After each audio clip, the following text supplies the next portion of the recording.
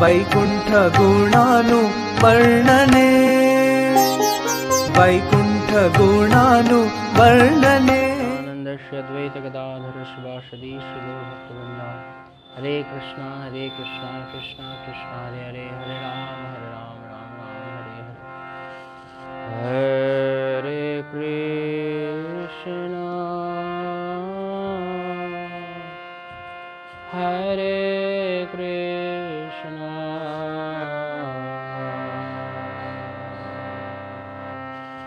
कृष्णा कृष्णा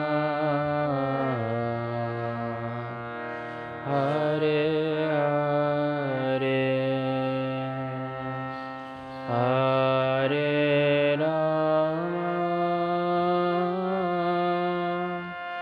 हरे राम राम राम हरे हरे हरे कृष्णा हरे कृष्णा कृष्णा कृष्णा हरे हरे हरे राम हरे Ram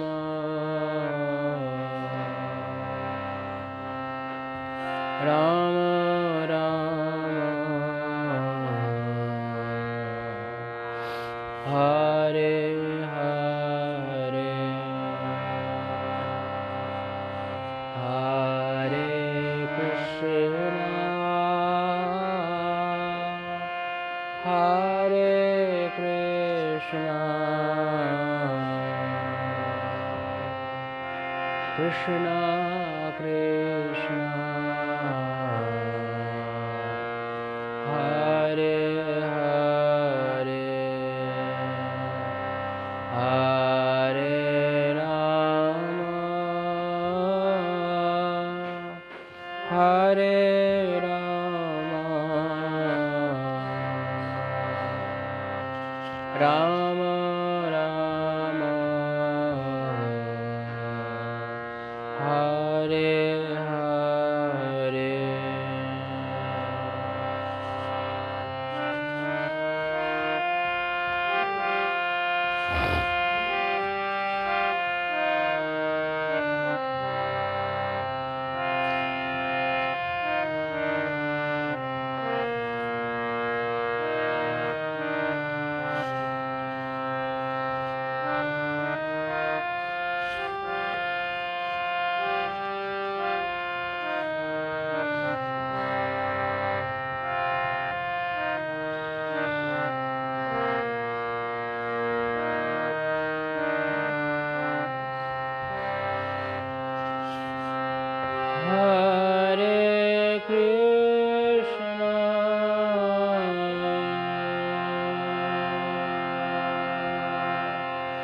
Hare Krishna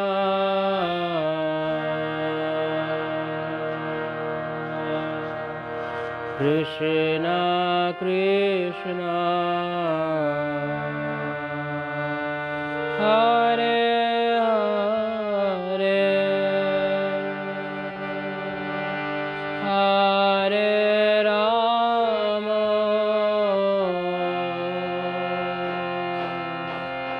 Hare Rama Rama Rama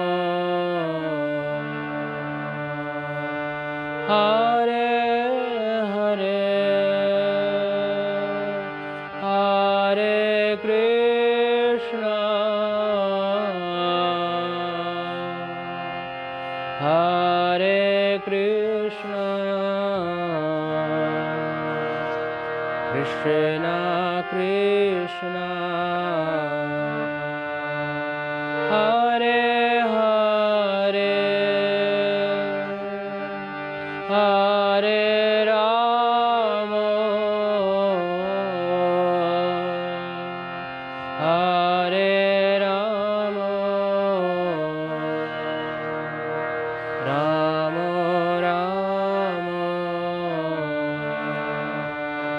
Hare Hare, Hare Krishna, Hare Krishna, Krishna Krishna, Hare Hare, Hare Rama, Hare Rama, Rama Rama, Hare Hare.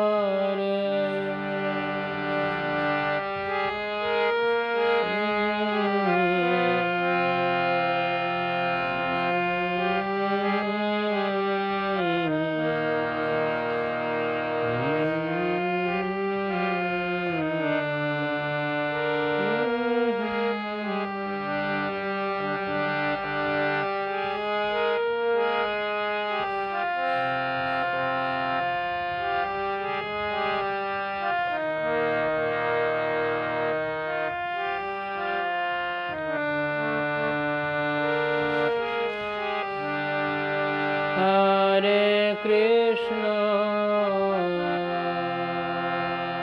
Hare Krishna, Krishna Krishna, Hare Hare, Hare Rama, Hare Rama, Rama Rama, Hare Hare, Hare Krishna, Hare Krishna, Krishna, Hare Hare, Hare Rama, Hare Rama, Rama Rama, Hare Hare, Hare Krishna, Hare Krishna,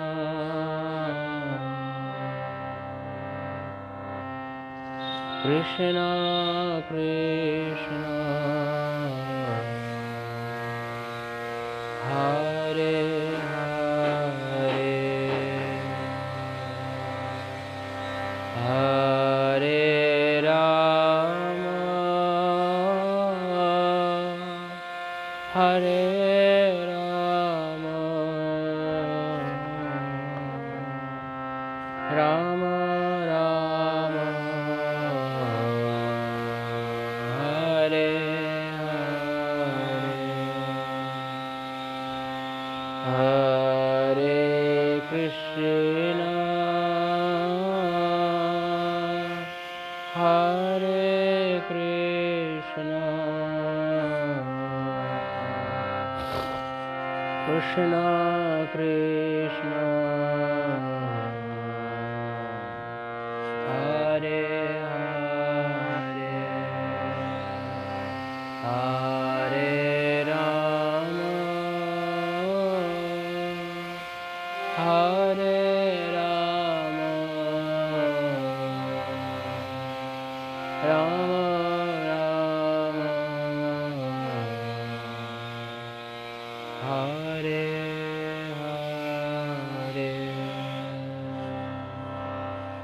Shri हरिनाम संकीर्तन की जय, श्री नवद्वीप मंडल परिक्रमा की जय, परिक्रमाकारी भक्तवृंद की जय, श्रील प्रभुपाद की जय, अनंत कोटि वैष्णव वृंद की जय, गौर प्रेमानंदे।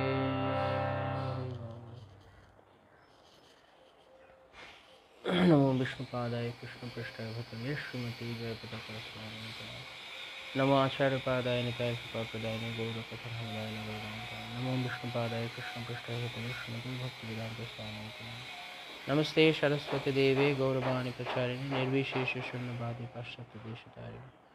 वाञ्छाकल्पतरुभ्यश्च कृपा सिन्धुभ्यो च पतितानां पावनेभ्यो वैष्णवेभ्यो नमो नमः। श्रीकृष्ण चैतन्य प्रभु नित्यानन्द श्री अद्वैत गदाधर शिवासादि भक्तवृन्द। हरे कृष्ण कृष्ण कृष्ण हरे हरे, हरे राम राम राम हरे हरे। अकं करोतु वाचकं पङ्गुं लङ्घयित्वा कृपातमहं वन्दे श्रीगुरुदेवतारिणं परमानन्दमाधवं श्रीचैतन्येश्वरम्। गुरुवे गौरचन्द्राराधिका तथा कृष्ण कृष्णभक्ताय तद्भक्ताय वो नमो नमः। मंत्र गुरुवार्य शिक्षा गुरु प्रथम वंदना करि शुभार्य। आजानुलंबित भुजो कनकावदातो संकीर्तनैकपितरो कमलायताक्षो विश्वम्भरो द्विजवरो जुगधर्मपालो वन्दे जगत्प्रियकरो करुणावतारो। नित्यानंद नमस्तभ्यं प्रेमानंद प्रदायिने कलो कल्मषनाशय श्रीजन्मभापतये नमः।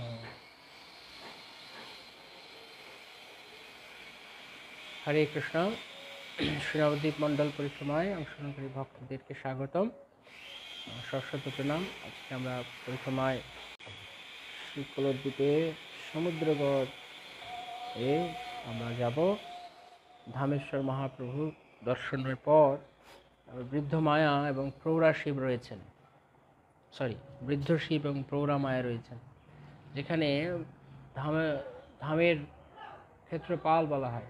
ভগবান শিব তিনি সবসময় যেখানে যেখানে ভগবান লীলা করেন, শ্রীকৃষ্ণ ভগবান লীলা করেন, সেখানে শিবজি তিনি ক্ষেত্রপাল হিসেবে বিরাজ করেন এবং তার সঙ্গে শিব যেখানে থাকেন তার নিত্য সঙ্গিনী পার্বতী মাতাও সেখানে থাকেন। এই নবদ্বীপ ধামের যে 9টি দ্বীপ রয়েছে, সেই নবদ্বীপ ধামের যিনি ক্ষেত্রপাল তিনি হচ্ছেন বৃদ্ধ শিব এবং তার সঙ্গে রয়েছেন প্রৌরা মায়া। প্রৌরা মায়া তিনি কলদ্বীপে বিরাজ করছেন। আপনারা যারা পরিক্রমাতে গিয়েছেন তারা জানেন। এখন সেই প্রৌরা মায়া এখানে এক বিশাল শিবলিঙ্গ রয়েছে এবং তার সঙ্গে প্রৌরা মায়া রয়েছেন তিনি মহামায়া দুর্গা দেবী। তিনি সেখানে ধাম যাত্রী যারা ধাম দর্শন করতে আসছেন, ধাম পরিক্রমা করতে আসছেন, তাদেরকে তিনি অধিকার, কৃপা, আশীর্বাদ এবং অধিকার প্রদান করেন। প্রৌরা মায়া এবং বৃদ্ধ শিবের কৃপা ব্যতীত কেউই ভগবানের ধামকে যথাযথ রূপে দর্শন করতে পারে না। তাই তাদের দর্শন, তাদের কৃপা আশীর্বাদ লাভ করা প্রয়োজন। এখন সেটি নবদ্বীপে প্রৌরা মায়া যেটি রয়েছে, যে প্রৌরামা তলা থেকে এখন নাম হচ্ছে পোড়ামা তলা। ওখানে গেলে এক বিশাল বটবৃক্ষের নিচে প্রৌরা মায়া রয়েছেন। আমরা প্রৌরা মায়ার কাছে প্রার্থনা করে, প্রণাম নিবেদন করে আমরা পরিক্রমায় যাব। পরিক্রমায় শুরু করাবার পূর্বে দেখব মহাদেব এবং পার্বতী, অনন্ত সংহিতায় মহাদেব এবং পার্বতী তারা এই নবদ্বীপ ধামের মহিমা বলেছেন। মহাদেব তিনি পার্বতীকে এই নবদ্বীপ ধামের মহিমা বলেছেন। তো এই মহিমাতে তিনি বলছেন যে নবদ্বীপ ধাম মাহাত্ম্য থেকে প্রমাণ খণ্ডে থেকে আমরা পড়ছি। হে পার্বতী, এই নবদ্বীপ ধামের মহিমা বর্ণনা করে তিনি বলছেন যে শ্লোক অনন্ত সংহিতায় প্রমাণ খণ্ডে শ্লোক 12, 13 এবং 14। অশ্বমেধ সহস্রাণি বাজপেয়াদিকানি চ নানাবিধানি কর্মাণি কৃত্বা ভক্তা মুহুর্মুহু यत्फलं लभते मर्त्यो योगाभ्यासेन यत्फलं नवद्वीपस्य स्मरणात् तेषां कोटिगुणं लभेत् किं पुनः दर्शनाञ्चस्य फलं बक्ष्यामि पार्वती। মনোযোগ দিয়ে শুনুন, চমৎকার মহিমা বলছেন। ওই দুর্গে এই দ্বীপের মানবগণ নিরন্তর ভক্তি সহকারে সহস্র সহস্র অশ্বমেধ ও বাজপেয়াদি যজ্ঞ, নানাবিধ কর্ম এবং যোগাভ্যাস দ্বারা যে ফল লাভ করেন নবদ্বীপ ধামের স্মরণ দ্বারা তাহার কোটি গুণ ফল লাভ হইয়া থাকে। হরি বল, শ্রী নবদ্বীপ ধাম কি জয়। তাহার কোটি গুণ ফল লাভ হয় যদি কেউ কেবলমাত্র নবদ্বীপকে স্মরণ করেন। কোটি কোটি অশ্বমেধ যজ্ঞ, বাজপেয় যজ্ঞ ইত্যাদি করার দ্বারা, যোগাভ্যাস করার দ্বারা যা কেবলমাত্র নবদ্বীপ স্মরণ দ্বারাই সেই ফল লাভ হয়। ইহার দর্শনে যে কি ফল, উহার কথা আর কি বলি। পার্বতী দেবীকে মহাদেব তিনি বলছেন, হে পার্বতী, নিতান্ত পাষণ্ড জন যদি একবার মাত্র নবদ্বীপ ধামের স্মরণ করে, তাহা হইলে সে তৎক্ষণাৎ সাধুত্ব লাভ করে, ইহা অতিশয় সত্য বলিয়া জানিবে। নবদ্বীপস্য স্মরণাৎ তেষাম কোটি গুণম ফলম লভেত। তারপরে শ্লোকে বলা আছে যে 14 নম্বর শ্লোকে, স্বকৃত यदि নবদ্বীপ সংস্মরেয়ুর্ন ধমঃ সাধবস্তে তদৈবসু সত্যম সত্যম হি পার্বতী। নিতান্ত পাষণ্ড জন যদি একবার মাত্র শ্রী নবদ্বীপ ধামের স্মরণ করে, তাহলে তৎক্ষণাৎ সাধুত্ব লাভ করে, ইহা অতিশয় সত্য বলিয়া জানিবে। শ্লোক 15তে তিনি বলছেন, তেষাম দিনে দিনে ভক্তিবর্ধত নাত্র সংশয়, তেষাম পাদরজ পূতা সপ্তদ্বীপা বসুন্ধরা। দিন দিন তাহাদের ভক্তি বর্ধিত হইতে থাকে এবং তাহাদের পদরজে নবদ্বীপ সপ্তদ্বীপ যুক্তা পৃথিবী পবিত্র হইয়া থাকেন, এ বিষয়ে কোনো সন্দেহ নাই। হরি বল, শ্রী নবদ্বীপ ধাম কি জয়। তাহলে অত্যন্ত পাষণ্ডী হলেও নবদ্বীপ ধাম স্মরণেও এত ফল রয়েছে। এই নবদ্বীপ ধামেই আমরা আজকে এখন আমরা সমুদ্রগড়ের দিকে যাব। তো সমুদ্রগড়ে মহিমা বর্ণনা করা হচ্ছে। সমুদ্রগড় কি? মহাভারতে সমুদ্রগড় মাহাত্ম্য বর্ণনায় বলা হইয়াছে, সপ্তকোটিনি তীর্থানি ব্রহ্মাণ্ডেয়ানি কানি চ সর্বাণি তত্র তিষ্ঠন্তি সপ্ত সমুদ্রকে নৃপঃ। হে রাজন, ব্রহ্মাণ্ডে সপ্তকোটি পরিমিত যে সকল তীর্থ অবস্থান করিতেছে, এই সপ্ত সমুদ্র তীর্থ সে সকল বর্তমান রইয়াছে। ব্রহ্মাণ্ডে 7 কোটি পরিমিত যে সকল তীর্থ রয়েছে, সপ্তকোটি পরিমিত যে সকল তীর্থ অবস্থান করিতেছে, সেই সমস্তই এই সমুদ্রগড় স্থানে রয়েছে। তো আমরা সেখানে আজকে যাত্রা করব। আপনারা প্রস্তুত যাত্রায়? হরে কৃষ্ণ। বিভিন্ন জায়গা থেকে ভক্তরা যারা পরিক্রমা অংশগ্রহণ করছেন, চলুন আমরা আজকে হাঁটতে হাঁটতে এখন আমরা সমুদ্রগড়ের দিকে এগিয়ে যাই। সমুদ্রগড়ে আমরা যেখানটায় ছিলাম, কলদ্বীপে কুলিয়া পাহাড়, সেখানে ভগবান নিত্যানন্দ রাম তিনি শ্রীজীব গোস্বামীকে ভগবান কোল বরাহের কাহিনী বললেন। তারপর আমরা চলে গিয়েছিলাম বিষ্ণুপ্রিয়া মহাপ্রভু বিষ্ণুপ্রিয়া ঠাকুরানীর বিবাহ বর্ণনায়। এখন আবার আমরা সেই পরিক্রমাতে শ্রীজীব গোস্বামী এবং নিত্যানন্দ প্রভুর পদাঙ্ক অনুসরণ করে আমরা যাচ্ছি। কিছু দূর গিয়া প্রভু বলেন বচন, এই যে সমুদ্র গড়ি করো দর্শন। নিত্যানন্দ প্রভু তিনি আর কিছু দূর গিয়ে সমুদ্রগড় দর্শন করিয়ে জীব গোস্বামীকে বললেন, দেখো জীব, এই হচ্ছে সমুদ্রগড়, সমুদ্রগড় দর্শন করো। সমুদ্রগড়ি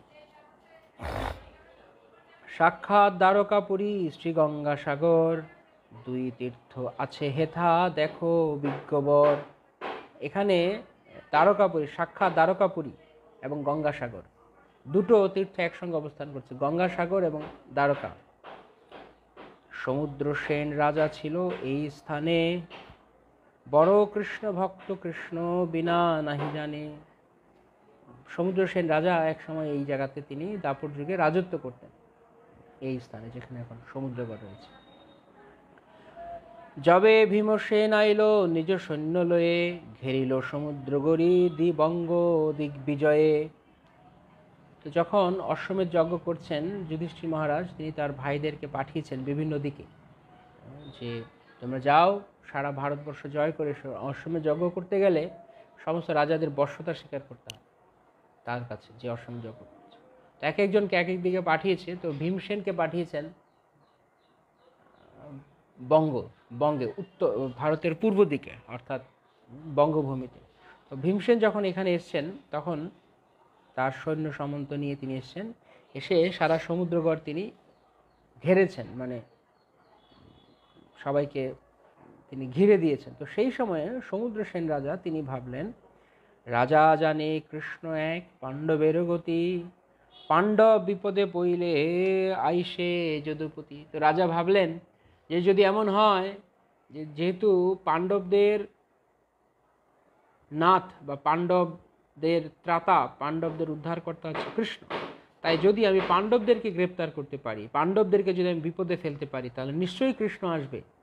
তাই রাজা সমুদ্রসেন তিনি কৃষ্ণ দর্শনের অভিলাষে এই কথা তিনি মনে মনে চিন্তা করলেন। যদি আমি পারে ভীমে দেখাইতে ভয়, ভীম আর্তনাদে হরি হবে দয়াময়, দয়া করি আসিবেন এ দাসেরও দেশে, দেখিব সে শ্যাম মূর্তি চক্ষে অনায়াসে।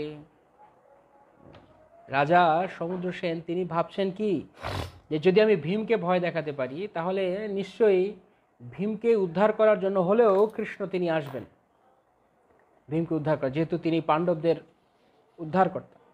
তাই নিশ্চয়ই ভীম চিৎকার করবে, ভয় পাবে, তখন তার আহ্বানে, ভক্তের আহ্বানে ভগবান নিশ্চয়ই সাড়া দিয়ে আসবেন। তো এইভাবে আমি তখন কি হবে, আমার দেখিব সে শ্যামমূর্তি চক্ষে অনায়াসে, আমি অনায়াসে আমি ভগবানকে এখানেই আমার সামনে আমি দর্শন করতে পারব। তো সেই জন্য মহারাজ সমুদ্রসেন তিনি ভীমকে গ্রেপ্তার করার কথা ভাবলেন। তো আপাত দৃষ্টিতে মনে হচ্ছে যে ভক্তের কাছে অপরাধ করছে, ভক্তকে পীড়ন দিচ্ছে, কিন্তু প্রকৃতপক্ষে ভগবানেরই আয়োজন, ভগবানই এই লীলার আয়োজন করেছেন। এখানে ভীমসেন তিনি যাবেন এবং সমুদ্রসেনকে ভগবান কৃপা করবেন, ভীমসেনকে সমুদ্রসেন গ্রেপ্তার করবে। তো প্রকৃতপক্ষে তার উদ্দেশ্য মহৎ, তিনি ভগবানকে দর্শন করবার জন্যই, ভগবানের কৃপা লাভ করবার জন্যই, তার রাজ্যে তার অঞ্চলে ভগবানের পদধূলি প্রাপ্ত হবার জন্যই তিনি করেছেন। তাই এটা কৃষ্ণ ভক্তির প্রতিকূল নয়। অনেক সময় প্রতিকূল এবং অনুকূল আমরা বুঝতে পারি না। যেমন ভক্তি সিদ্ধান্ত সরস্বতী ঠাকুর প্রভুপাদ তিনি শ্রীরূপ গোস্বামীর শ্লোককে অনুবাদ করে বলছেন, শ্রীহরি সেবায় যাহা অনুকূল, বিষয় বলিয়া তাহা ত্যাগে হয় ভুল। অনেক সময় এরকম হয়, প্রাপঞ্চিকতয়া বুদ্ধা হরি সম্বন্ধী বস্তু নয়, মুমুক্ষুবি পরিত্যাগ বৈরাগ্যং ফলবে পদ্ধতি। আমাদের কাছে বৈরাগ্য বা যুক্ত বৈরাগ্য অনুসরণ করতে বলা আছে। যুক্ত বৈরাগ্য কি, যে সব কিছুকে কৃষ্ণ অনুকূল করে। তো মহারাজ সমুদ্রসেন তার বাসনা ছিল, তার হৃদয়ের ইচ্ছা ছিল যে তিনি ভগবান শ্রীকৃষ্ণকে দর্শন করবেন, তার পদধূলি গ্রহণ করবেন। তাই জন্য তিনি চেয়েছেন যে কৃষ্ণকে তার রাজ্যে নিয়ে আসতে, যেহেতু তার সমস্ত রাজ্যবাসীরা তারা যেন ধন্য হয় ভগবানের পদধূলি তার রাজ্যে পড়ার কারণে। তো এখানে আপাত দৃষ্টিতে যদিও মনে হতে পারে যে ভীমসেনকে তিনি পীড়ন দিক করছেন, কিন্তু আসলে তা নয়। তিনি ভক্ত, তিনি ভগবানেরই দর্শন লাভের অভিলাষে তিনি এমন করছেন।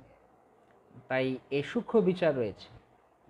কখনো কখনো আপাত দৃষ্টিতে ভালো জিনিস খারাপ মনে হয়, খারাপ জিনিস ভালো মনে হয়, এরকম হতে পারে। তো এই জন্য সূক্ষ্ম বিচার একমাত্র আচার্যগণ করতে পারে। তারা আমাদেরকে সেই জন্য সবসময় বলা হয়, we should look through the শাস্ত্র চক্ষু।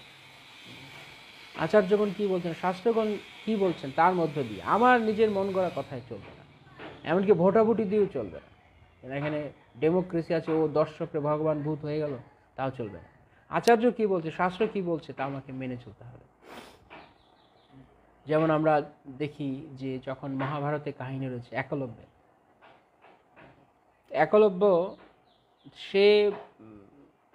সে দ্রোণাচার্য তাকে শিষ্য হিসেবে গ্রহণ করলো না করাতে একলব্যর জিদ হয়ে গেল।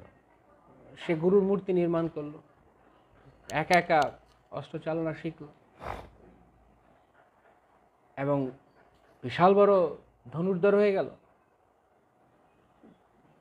তো একদিন শব্দভেদী বাণের দ্বারা সে একটা কুকুরকে বিদ্ধ করেছে, কুকুর একটা হরিণকে কুকুর হয় বিদ্ধ করেছে। তো তাই দেখে বনপথে তখন ভগবান শ্রীকৃষ্ণ পাণ্ডবগণ সহ যাচ্ছিলেন। তো তিনি অর্জুনকে বললেন, এই কেমন আছে? অর্জুনও ভাবছে, আরে এমন কি, আমি তো শব্দবিধি বাণ মারতে জানি না। এমন কে রয়েছে যে শব্দবিধি বাণও মারতে জানে? তো কৃষ্ণ একটু লীলা করবেন, লীলা প্রকাশ করবেন, তাই তিনি অর্জুন, অর্জুন দেখো দেখো, তোমার চেয়েও বড় বীর রয়েছে, তুমি সবচেয়ে বড় এমন ভেবো না। তো তখন অর্জুনের ভাবনা হলো, এরকম দ্রোণাচার্য গুরুদেব বলেছেন যে আমার চেয়ে আমি না ওনার সবচেয়ে বড় শিষ্য। অর্জুন অহংকার করছেন না, কিন্তু তিনি ভাবছেন, তাহলে গুরুদেব কথা বললেন, কৌতূহল হয়েছে কে এসে জানতে। কৃষ্ণ বললেন, লেটস গো, দেখা যাক কি হচ্ছে। তো কৃষ্ণ তো অন্তর্যামী ভগবান, তিনি সব জানেন। তো তিনি অর্জুনকে নিয়ে একলব্য যেই ছোট্ট কুটির বানিয়ে সেখানে অস্ত্র চালনা করছে, সেখানে গিয়েছে। গিয়ে দেখছে যেখানে একলব্য বসে এরকম সেখানে তীর চালনা অভ্যাস করছে, আর সামনে গুরু দ্রোণাচার্যের মূর্তি। তো দ্রোণাচার্য সঙ্গে ছিল। কৃষ্ণ বলছেন, বাহ, তো ভালোই দেখছি এখানে আসর জমিয়েছে। তো গুরুদেব দ্রোণাচার্য গিয়ে বলছেন, তুমি এখানে আমার মূর্তি বানিয়েছো, তোমাকে আমি শিষ্য হিসেবে গ্রহণ করবো না বলেছি? গুরুদেব, আমি তো আপনাকে গুরু ছাড়া কাউকে বরণ করবো না, তাই আমি আপনার মূর্তি নির্মাণ করে আমি করেছি। আপনি আমাকে শিষ্য গ্রহণ না করলে আমি আপনার চরণ ছাড়বো না, তাই আমি আপনার প্রতি আমার প্রাণ সমর্পণ করেছি, আমি আপনার মূর্তি নির্মাণ করে তার সামনে আমি অভ্যাস করছি। এই কথা শুনে দ্রোণাচার্য তিনি আশ্চর্য হয়ে গেলেন। এই একলব্য অস্ত্র চালনা শিক্ষার উপযুক্ত ছিল না। আগেকার দিনে নিয়ম ছিল যে নির্দিষ্ট বর্ণ গোত্রে না হলে তাকে অস্ত্র চালনা শিক্ষা দেওয়া হতো না। কেন? তারও কারণ রয়েছে। শাস্ত্র অত্যন্ত, ভগবানের বিধান অত্যন্ত ফ্যান্টাস্টিক্যালি তৈরি করে। এটা মানে কোনো কোনো মানে সেন্টিমেন্টালিজম নেই, কোনো ভাব নেই এখানে। কেন? কারণ যারা যোগ্য নয়, যারা উপযুক্ত নয়, বা যারা কি বলে, যারা যথাযথ রূপে ম্যাচিওর নয়, পরিপক্ক নয়, তাদেরকে যদি এটার সাথে উল্টোপাল্টা জ্ঞান দেওয়া হয় না, তারা তার অসৎ ব্যবহার করবে, সদ্ব্যবহার করতে জানবে না, মিসইউজ করবে। সেই জন্য তাদেরকে এসব থেকে দূরে রাখা হবে। যেমন শূদ্র বেদ পাঠ করার অধিকার ছিল, ডেফিনেটলি শূদ্র কি বুঝবে, তার তো মেধা এরকম নয়। তো এখন সেই কথাটাকে বিকৃত করে ফেলেছে পরবর্তীকালের লোকেরা। তারা এটাকে বানিয়েছে এরকম যে, ও হিন্দু ধর্মের মধ্যে জাতিভেদ প্রথা, শূদ্রদের বেদ স্পর্শ করতে দেয় না, এদের কথা কেন করতে দেয় না তা কখনো বলে না।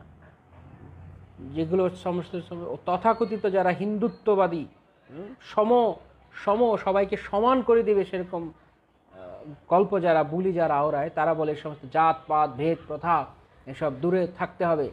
জাতপাত ভেদ প্রথা তুমি বন্ধ করার কি? চাতুর্বর্ণ মায়া সৃষ্টম, ভগবান নিজে তা সৃষ্টি করেছেন বলছেন। আর আমরা এখানে এসেছি জ্ঞান দান করতে, মানুষ সবাইকে একদম মানে যেন রোলার কোস্টারের তলায় ফেলে সব একদম সমান করে দেবো, এরকম একটা ভাব। যোগ্যতা অযোগ্যতা রয়েছে মানুষের, জোর করে হবে না। তো এই জন্য শূদ্রেরা বা যারা চতুর্বর্ণের বাইরে ছিল তাদের ধর্মাচরণ করার অধিকার ছিল না। বৈশ্য শূদ্র স্ত্রী এদেরকে নিম্নকুলে ধরা হয়, তাই এদের অধিকার ছিল না। ব্রাহ্মণ এবং ক্ষত্রিয়রা যেহেতু তারা যথাযথ মেধা সম্পন্ন, দে হ্যাভ ডিসক্রিপশন, তাদের বিচক্ষণতা রয়েছে, তারা জানেন যে কি করতে হয়।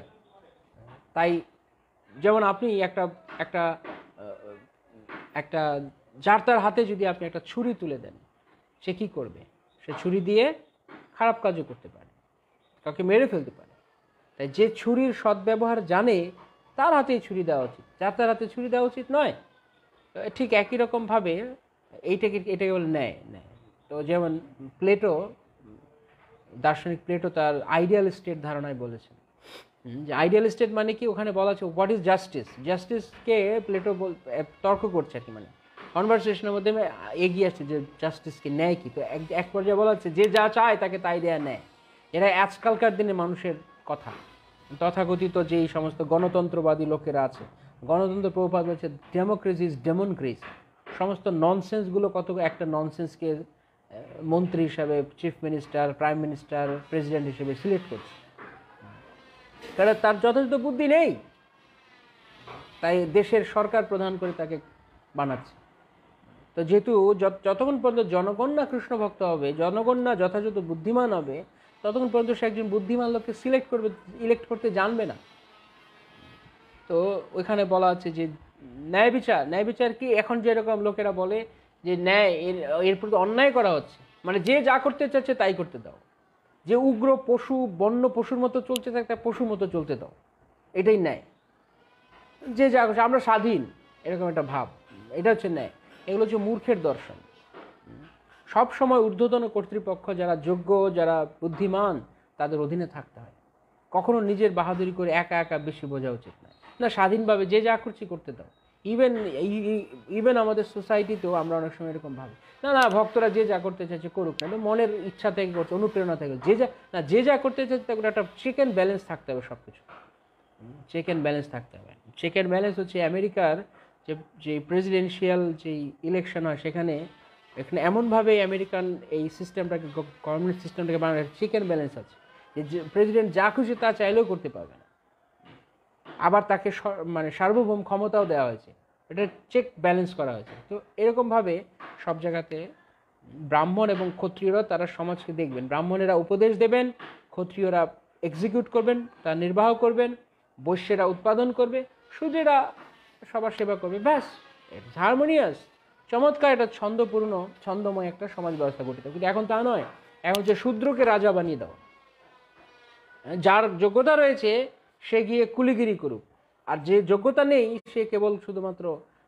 জনজাগতিক কিছু ক্ষমতার বলে সে উঁচু পদে গিয়ে বসে আছে, যে কারণে এখন সব কিছু এখন উল্টো পাল্টা, অসহ্য হয়ে গেছে লোক, দেশের সরকার, দেশের হোয়াট এভার, এই সমস্ত যারা রাজা নাম ধারণ করে, নেতা নেত্রীর নাম ধারণ করে যারা বসে আছে, অতিষ্ঠ হয়ে গেছে লোক, শুধু তাদের থেকে শান্তি, এখন শুধু মুক্তি চায়। যেমন প্রভুপাদ বললেন কর, যে কর ব্যবস্থা, লোকের কাছ থেকে অযথা কর নিই। আগের দিনে এরকম ছিল না, আগের দিনে কর ছিল তুমি স্বাধীনভাবে দাও যে যা পার, আর এখন এর উপরে কর, ওর উপরে কর, হাজারটা ট্যাক্স সব কিছুর উপরে বসে দিচ্ছে। প্রভুপাদ বলতে এসব মানে এরা সব হচ্ছে জলদস্যুদের মতো, জোর করে যেমন নিয়ে নেয়, ডাকইট প্রভুপাদ বলেন, ডাকাতের দল, সব দস্যু ডাকাতের দল। এখন শ্রীমদ ভাগবত একাদশ স্কন্ধে তা বলা হচ্ছে, দ্বাদশ স্কন্ধে, যে কলিযুগে যারা রাজার পজিশনে বসবে এরা সব হবে দস্যু তস্কর, শুধু সাধারণ জনগণকে শুধু ট্যাক্সড করে দেবে। ট্যাক্স মানে ইংরেজিতে একটা শব্দ, ট্যাক্স মানে কর, আবার ট্যাক্স শব্দের আরেকটা অর্থ হচ্ছে কাউকে বিরক্ত করা। তো এত ট্যাক্স দেওয়া করাবে যে ট্যাক্সে ওরা একদম ট্যাক্সড হয়ে যাবে, প্রভুপাদ বললেন। তো যাই হোক, তো এইভাবে যোগ্যতা ছাড়া কখনো কাউকে অধিকার দিতে নেই। একটা মূর্খের হাতে, একটা পাগলের হাতে আপনি পিস্তল দিলেও যাকে খুশি তাকে গুলি করে মেরে দেবে, বুঝে শুনে দিতে হয়, নিয়ম রয়েছে। তো এই জন্য এই যে তথাকথিত যারা সমন্বয়বাদী, সাম্যবাদীর গল্প আওড়ায়, বুলি আওড়ায় হিন্দু সমাজের মধ্যেও, যে আমাদের হিন্দুদের মধ্যেও, কিন্তু তারা জানে না যে সনাতন সংস্কৃতিতে এই যে ব্রাহ্মণ ক্ষত্রিয়, এই যে বর্ণাশ্রম ব্যবস্থা, এটা ভগবান সৃষ্টি করেছেন, এবং এই বর্ণাশ্রম ব্যবস্থার ডাউন হয়ে যাওয়ার কারণে, বর্ণাশ্রম ব্যবস্থা না থাকার কারণেই আজকাল দিনে যত সমস্ত মানে উৎপাটাং সমস্ত ফালতু জিনিস সৃষ্টি হয়ে গেছে। কেন বর্ণাশ্রম ব্যবস্থা নেই, এখন যে যা খুশি তা করছে, শূদ্র ব্রাহ্মণের কাজ করছে, ব্রাহ্মণের কোনো গুরুত্ব নেই, এখন শুধু 2 পয়সার পৈতা ঝুলালেই সে ব্রাহ্মণ। আর শূদ্ররা সব বড় বড়, যেমন প্রভুপাদ বলতেন যে এই যে শূদ্রবৃত্তি মানে ডাক্তার, ইঞ্জিনিয়ার, এই সমস্ত যারা সমাজের সেবা করবে, সেবা করা মানে শূদ্রবৃত্তি। এখন তারা হচ্ছে বড় বড় লিডার, আর যারা প্রকৃতপক্ষে যারা মেধা রয়েছে, যারা বুদ্ধি রয়েছে, তারা ভাত পায় না আজকালকে দিনে, খেতে পায় না। কেন? দাম নেই। তো তার মানে এই নয় যে যারা ডাক্তার, ইঞ্জিনিয়ার বা অন্যান্য পেশায় রয়েছে তাদেরকে আমরা দুচ্ছাই করছি, কিন্তু তাদের যেটা সেবা, তাদের কাজ হচ্ছে সমাজের সেবা করা। তারা যদি জ্ঞান দান করতে আসে তাহলে তো চলবে না। জ্ঞান দান করার জন্য যোগ্য ব্রাহ্মণ চাই প্রভুপাদ। সেই জন্য প্রভুপাদ আমি পাশ্চাত্যে এসে ব্রাহ্মণ তৈরি করতে, বৈদিক জ্ঞানের মাধ্যমে। ব্রাহ্মণ কে? ব্রহ্ম জানাতি কি ব্রাহ্মণ, যিনি ভগবান কৃষ্ণকে জানেন তিনি ব্রাহ্মণ, তিনি ব্রাহ্মণ। এখন কলিযুগে সব শূদ্র, কলৌ শূদ্র সম্ভবা, এই জন্য এরকম সিস্টেম ছিল। তো যাই হোক, একলব্য যেহেতু তার যোগ্যতা ছিল না, তাই গুরুদেব তাকে দীক্ষা দিতে চাননি, মানে অস্ত্রবিদ্যা শিক্ষা দিতে চাননি, কিন্তু একলব্য জোর করে শিখবে, খুব শিখছে অস্ত্রচালনা বিদ্যা। তো দ্রোণাচার্য বল, তুমি যেহেতু আমাকে গুরুরূপে মেনেছো, তো আমাকে তুমি গুরু দক্ষিণা দাও, কারণ গুরুর কাছে অস্ত্র শিক্ষা করছে, দক্ষিণা দাও। কি দক্ষিণা? গুরুদেব বলছে তোমার বৃদ্ধাঙ্গুলি আমাকে দিয়ে দাও। কারণ বৃদ্ধাঙ্গুলি ছাড়া তীর চালানো যায় না, এটা লাগবেই। তো উনি ভেবেছে যে এই যেহেতু আমার কথা শোনেনি, তাই আমি এর বৃদ্ধাঙ্গুলি নিয়ে নেব। তো বৃদ্ধাঙ্গুলি নিয়ে নেব, তো বলেছে বৃদ্ধাঙ্গুলি, আর সঙ্গে সঙ্গে কেটে দিয়ে দিয়েছে। আর এইটাকে জড়জাগতিক লোক তারা এটাকে বানাচ্ছে এরকম যে কি, আরে একলব্যের গুরু ভক্তি বলে সব সব জায়গায় জায়গায় প্রচার করছে। তো এই জড়জগতের যারা আধ্যক্ষিক, ভক্তি সিদ্ধান্ত সরোজ ঠাকুর প্রভুপাদ বলেছেন, যারা জড়জাগতিক বিচারধারায়, জড়জাগতিক চিন্তাধারায়, জড়জাগতিক মেধার দ্বারা, জাগতিক বিচার বুদ্ধির দ্বারা যারা ভক্তি মার্গকে বুঝতে চাইবে, তারা সবসময় মিস করবে, ভুল করবে, তাদের ভুল করবে। কেননা তারা জানে না যে আসলে এই জড়জাগতিক জড়বিদ্যার দ্বারা কখনো পারমার্থিক চিন্ময় বস্তুকে বোঝা যায়, সেটা আলাদা স্তর একটা। তো এরা বলছে একলব্য খুব গুরুভক্ত ছিল, একলব্যের গুরুভক্তি মহান, সে গুরুদেব তাকে গ্রহণ করেনি, গুরুদেব তাকে নিচু জাতি বলে অবজ্ঞা করেছে, এই যে ব্রহ্মণ্যবাদ দেখো সমাজটাকে শেষ করে দিল। কিন্তু একলব্য তো একটা বদমাস, কেন একলব্যের মনে আসলে প্ল্যান ছিল যে সে অর্জুনের চেয়ে বড় হবে। তাই জন্য সে প্রতিজ্ঞা করেছে, আমি এমন অস্ত্র চালনা শিক্ষা করবো যে অর্জুনকে ডাউন দিয়ে দিব। ভক্তিচন্দ্র সরোজ ঠাকুর প্রভুপাদ বলেছেন, দিস ইজ রাস্ক্যালডম। আমি ভক্তকে ডাউন দিয়ে নিজে বড় হব, এটা হচ্ছে ধূর্ততা, এটা হচ্ছে ধৃষ্টতা। তো এই বদমাশি মনোভাব ওর মধ্যে ছিল। তাই যেখানে সারা জগতের লোক একলব্যের গুরু ভক্তিকে প্রশংসা করছে, তালি দিচ্ছে, সেখানে ভগবত ভক্তির মার্গে যারা প্রবীণ, যারা ভক্তি রাজ্য সম্পর্কে যথেষ্ট জ্ঞানী, তারা বলছে একলব্যের গুরু ভক্তি না, এটা একলব্যের গুরুদ্রোহ। কেন গুরুদেব যখন শিষ্যকে তা গ্রহণ করতে চাননি, তখন গুরু ভক্তি তখনই হতো যখন গুরুর আদেশ পালন করে সে বলতো, ঠিক আছে গুরু মহারাজ, গুরুদেব আপনি যা বলেন ঠিক আছে, আমি হয়তো যোগ্য না তাই আপনি গ্রহণ করেন, আপনি আশীর্বাদ করুন, কোনো জন্মে যদি আমার যোগ্যতা হয় আমি আপনার দিই। এই হচ্ছে সূক্ষ্ম বিচার। কিন্তু সাধারণ লোকেরা তা বুঝবে না। সাধারণ যারা তথাকথিত হিন্দুত্ববাদী ধারণা নিয়ে বসে থাকে বা সবাইকে সমান করে দেবে রোলার কোস্টারে ফেলে, ওই সমস্ত মূর্খ লোকের মাথায় এই ভক্তিবিদ্যা ঢুকবে না। তো ভক্তিচন্দ্র সরোজ ঠাকুর প্রভুপাদ বলছেন যে এটা হচ্ছে একলব্যের ধৃষ্টতা, যে সে অর্জুনের চেয়ে বড়। কারণ অর্জুন অলরেডি ভগবানের শুদ্ধ ভক্ত। ভগবানের ভক্তকে আমি নিচে নামিয়ে, আমি বড়, আমি উপরে উঠবো, কাউকে নামিয়ে টেনে নামিয়ে আনবার, আমি উপরে উঠবো, এই ধারণা, এই ধান্দা যে করবে, সে একদিন না একদিন সে তার পতন হবে। এবং সেই পতন একলব্যের এখন হলো, তার আঙ্গুল কেটে নিল। তো কৃষ্ণ সাপোর্ট করলেন, কৃষ্ণ কিছু বললেন না। যখন দ্রোণাচার্য বললেন আমাকে বৃদ্ধাঙ্গুলি দাও, তখন কৃষ্ণ বলছেন মনে মনে, হ্যাঁ ঠিক আছে এবার বুঝ, আমার ভক্তর চেয়ে বড় হবে। কারণ কৃষ্ণ তো অন্তর্যামী, কৃষ্ণ জানেন যে একলব্যের মনের ধান্দা কি। ও একটা ধান্দা নিয়ে নেমেছে অস্ত্রবিদ্যা শিক্ষায়, সেটা হচ্ছে আমি অর্জুনের চেয়ে বড় নাম কামাবো, আমি ভক্তের চেয়ে বড় হবো, আমি ভক্তের চেয়ে বেশি প্রতিষ্ঠা পাবো। এই কথা যে ভাববে, সে একটা বদমাস, সে কখনোই ভক্তি রাজ্যে তার অধিকার নেই। তাই ভক্তি রাজ্য হচ্ছে সবসময় ভক্তের অনুগত হওয়া। ভক্তের চেয়ে আমি বড় হবো, অমুকের চেয়ে আমি বড় হবো, তা নয়। যে ভালো সেবা করছে, যে গুরু গৌরাঙ্গের প্রিয় হয়েছে, সে তার মতো করুক, আমি আমার মতো করি না, তার চেয়ে বড় হবো, এই ধারণা যে করবে সে মরবে। তাই একলব্যকে এখানে স্টপ করে দেওয়া হলো। এটা বোঝা গেল? আপনারা কারা কারা এই সূক্ষ্ম বিচার বুঝতে পারলেন? কারা কারা বুঝতে পারলেন বলুন? এটা সাধারণভাবে শুনে মনে হবে আরে একলব্য বিশাল বড় গুরুভক্ত, একলব্য এই করেছে ওই করেছে, হ্যাঁ দেখো কৃষ্ণ কেমন নিষ্ঠুর, গুরুদেব কেমন নিষ্ঠুর, আঙ্গুলটা বন্ধ কেটে নিল। কিন্তু আঙ্গুলটা কি কেটে নিল? আঙ্গুল কেটে নিল কারণ তার আঙ্গুল থাকার যোগ্য নয়, সে ভক্তের চেয়ে বড় হতে। তাই জড়জাগতিক বিচার এরকম ভালো। যেমন অনেকে এই যে কিছু তথাকথিত কিছু মূর্খ রয়েছে, সে মূর্খেরা বলে মেঘনাদ বধ কাব্য রচনা করেছে, সেখানে রাবণকে বড় দেখাচ্ছে, রাবণের দেশপ্রেম দেখাচ্ছে, ইন্দ্রজিতের গুরুভক্তি, ইন্দ্রজিতের পিতৃভক্তি দেখাচ্ছে। কিন্তু রাবণের দেশপ্রেম, রাবণের দেশভক্তি দিয়ে হবেটা কি? যে সমস্ত মূর্খরা রাবণের দেশপ্রেম দেখাচ্ছে, কেউ কেউ আবার বলছে যে একদিন এক জায়গায় এক কোটেশনে লিখছে একজন, কোনো এক ফালতু লোক কেউ একজন হয়তো লিখেছে যে রাবণের মতো জায়গায়, রাবণের রাজ্যের মতো জায়গায় বাস করা ভালো, যেখানে পরস্ত্রীও সুরক্ষিত থাকে। মানে সীতা মাতাকে কিছু করেনি রাবণ, 1 বছর ওখানে ছিল, কোনো বিরক্ত করেনি বা তার কোনো ক্ষতি করেনি, সেই জন্য বলছে। এইরকম যে জড়জাগতিক মানুষের বিচার। আমি আগে ভুল শুনেছিলাম, এখন সঠিকটা বুঝলাম। হ্যাঁ, ম্যাক্সিমাম লোক তারা একলব্যকে এরকম মনে করে। তো এই সূক্ষ্ম বিচার রয়েছে। তো রাবণের দেশপ্রেম দেখায় কিছু তথাকথিত হিন্দু কবিও আছে, পরবর্তীকালে খ্রিস্টান হয়েছে, আবার কুকুর বেড়ালের মতো ধুক ধুক করতে করতে আবার হিন্দু হয়েছে, কেউ তাকে দেখেনি বৃদ্ধাবস্থায়, আপনারা জানেন, তাই আমি নাম উল্লেখ করছি না। তো ওদের মতো মূর্খ কবিরা, সাহিত্যিকেরা, তারা যদি ভক্তিরাজ্যকে ব্যাখ্যা করে, তাহলে তারা কি বলবে? তারা বলছে রাবণের দেশাত্মবোধ, ইন্দ্রজিতের দেশাত্মবোধ। রাবণ 1 নাম্বার বদমাস ছিল, কারণ রাবণ সে রামচন্দ্র ভগবানেরকে অস্বীকার করেছে। রাবণ অনেক গুণাবলী ছিল, সে পণ্ডিত ছিল, অন্য কিছু, সে আমরা আরেকদিন আলোচনা করেছি। কিন্তু রাবণের প্রথম গালতি হচ্ছে যে রাবণ ভগবান রামের শরণাগত হননি, এবং তিনি মা সীতাকে অপহরণ করে সীতা মায়ের চরণে, জগন্মাতা লক্ষ্মীর চরণে তিনি অপরাধ করেছেন।